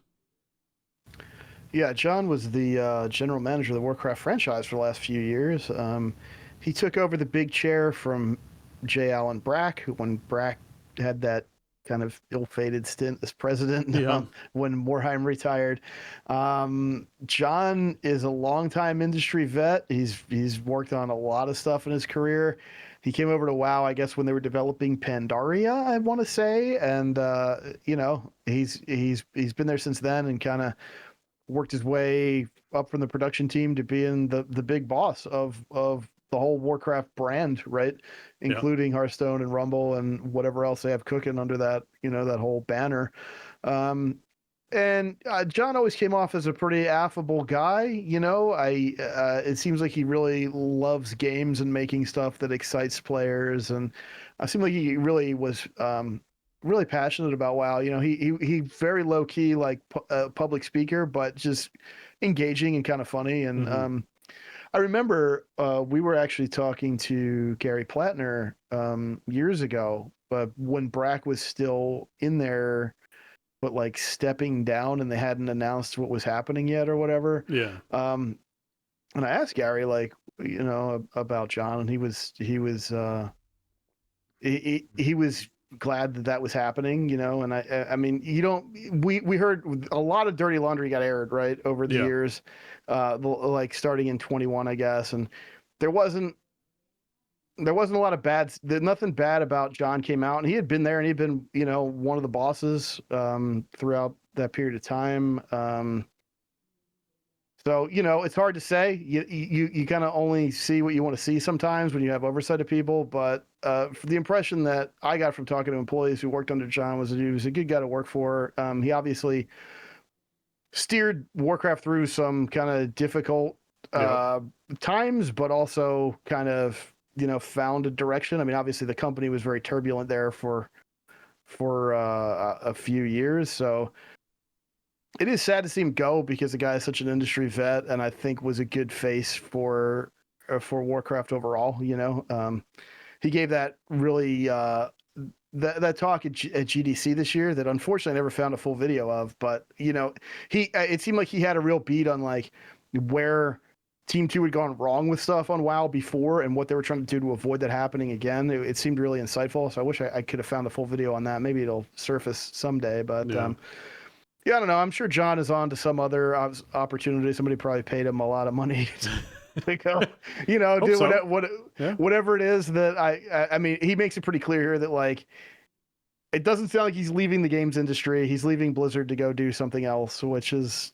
I mean, not kind of a surprise. 12 years is a long time to work anywhere, and especially to work on a product like WoW has got to be really draining, especially when you're somebody who is at the top, right? Because you have a lot of sort of roles and you have to fill and hats you have to wear. You have to keep the business people happy, and you have to keep the game moving forward. And you like,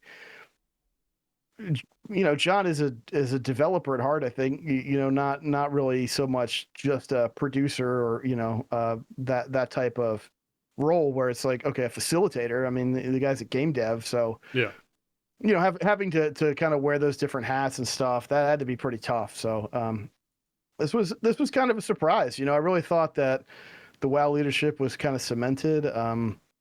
I wonder if Holly Longdale will end up taking over the big chair or something. It seems kind of logical. She's been a very public face of the franchise, and seems like she has a real passion for MMORPGs in general, and for I think she really understands what makes WoW players tick. So I mean, I think the game is in good hands. Like, obviously, you're gonna have departures. It's a big corporation. You got people moving around. It's it's just the state of things. That's the way any industry works, right? But it's sad to see John go. I think he seemed like a cool guy. At least like his public presence around WoW was always cool. I always enjoyed it. So good for him. I hope he's doing something awesome, and we'll check it out once it becomes public info. But yeah, a little shake up at the top. I mean, I don't think it means anything for the course in front of WoW at this point, right? Like, it's all pretty locked in. Yeah, for the next 9 years, I think WoW is fairly locked in. So yeah. I don't think it's like, oh no, John Haight's leaving. Like, how are they going to make a new expansion? It's not really like that, But you do, it does leave a bit of a void at the top for somebody to be that face of the brand and somebody who can, navigate a new corporate ownership environment, right? Yeah. Like, that's always a challenge with stuff like this, and they got new bosses over there now, and so that's a whole other thing. And that's maybe that has something to do with his departure, I don't know, but that's going to be definitely a challenge for anybody who steps in there. Yeah, definitely. So farewell, John. Good luck with your next thing. All right, we did get an email in here from Tyler, but we're going to save it for another show because we are almost at 2 hours now, so this is quite the bulky episode we have going on so far. But I do want to take a moment to thank our patrons. They contribute a ton to our show and help us to improve on the content we create. You can find our Patreon over at patreon.com/thestartingzone if you're looking to hop in and support the show. But I want to give a special shout out today to Alianas, Arajian, James, Kapawi, Max, Pinky, Shorel, and Rager. Thank you so much for what you give, as well as all of our patrons. Thank you so much for what you give towards the show. It means so much to us that you guys like the show and enjoy the show and support it and want it to stay on the air and want to keep going. And we saw a lot of excitement last week when the episode dropped about how this helps people get through their work days or their commutes or, whatever it is they have going on. So we appreciate all that feedback. It really means a lot, and it's special. So thank you for that, guys. Yes, thank you, patrons past and present, for everything you've contributed to us over the years. It's been a long time we've been doing this, and the Patreon's been up for many years at this point, and it really does help us keep the show on track in terms of getting it produced and keeping it hosted and everything like that. So we really couldn't do it without you. So thank you for chipping in and keeping TSZ going. Yeah.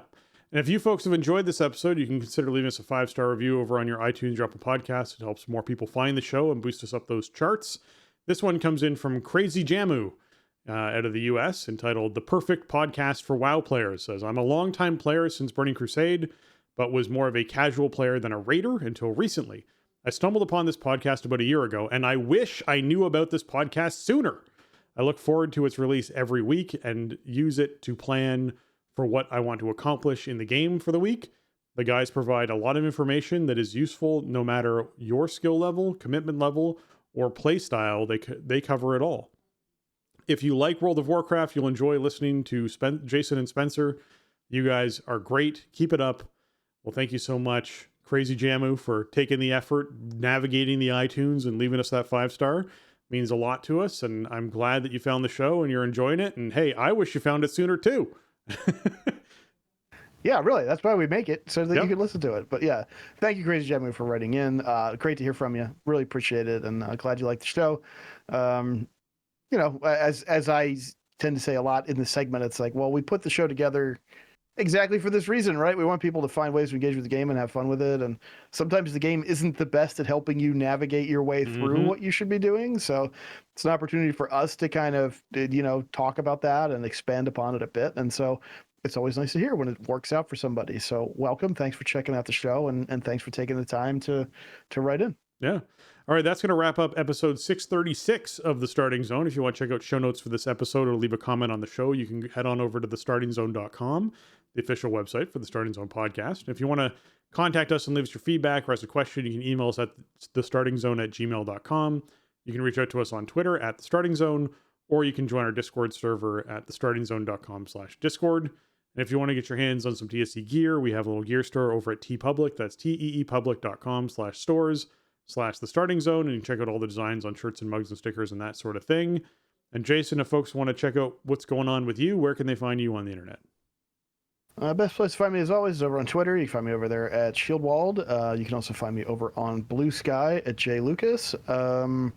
You can find me streaming WoW sometimes on twitch.tv/Shieldwald. I haven't streamed in a while, but I'm going to get back into it at some point, probably. I kind of want to just hang out and play some beta and stream, but I don't know when I'm going to do that. And you can also check out youtube.com/Shieldwald. Again, the video channels have not been active of late, but they do exist, so you can follow them over there. And once, we'll probably ramp up into some stuff for expansion, so you can check it out over there. Yeah, if you want to follow me, you can follow me on Twitter at Spencer_Downey or over there on Blue Sky at SpencerHD.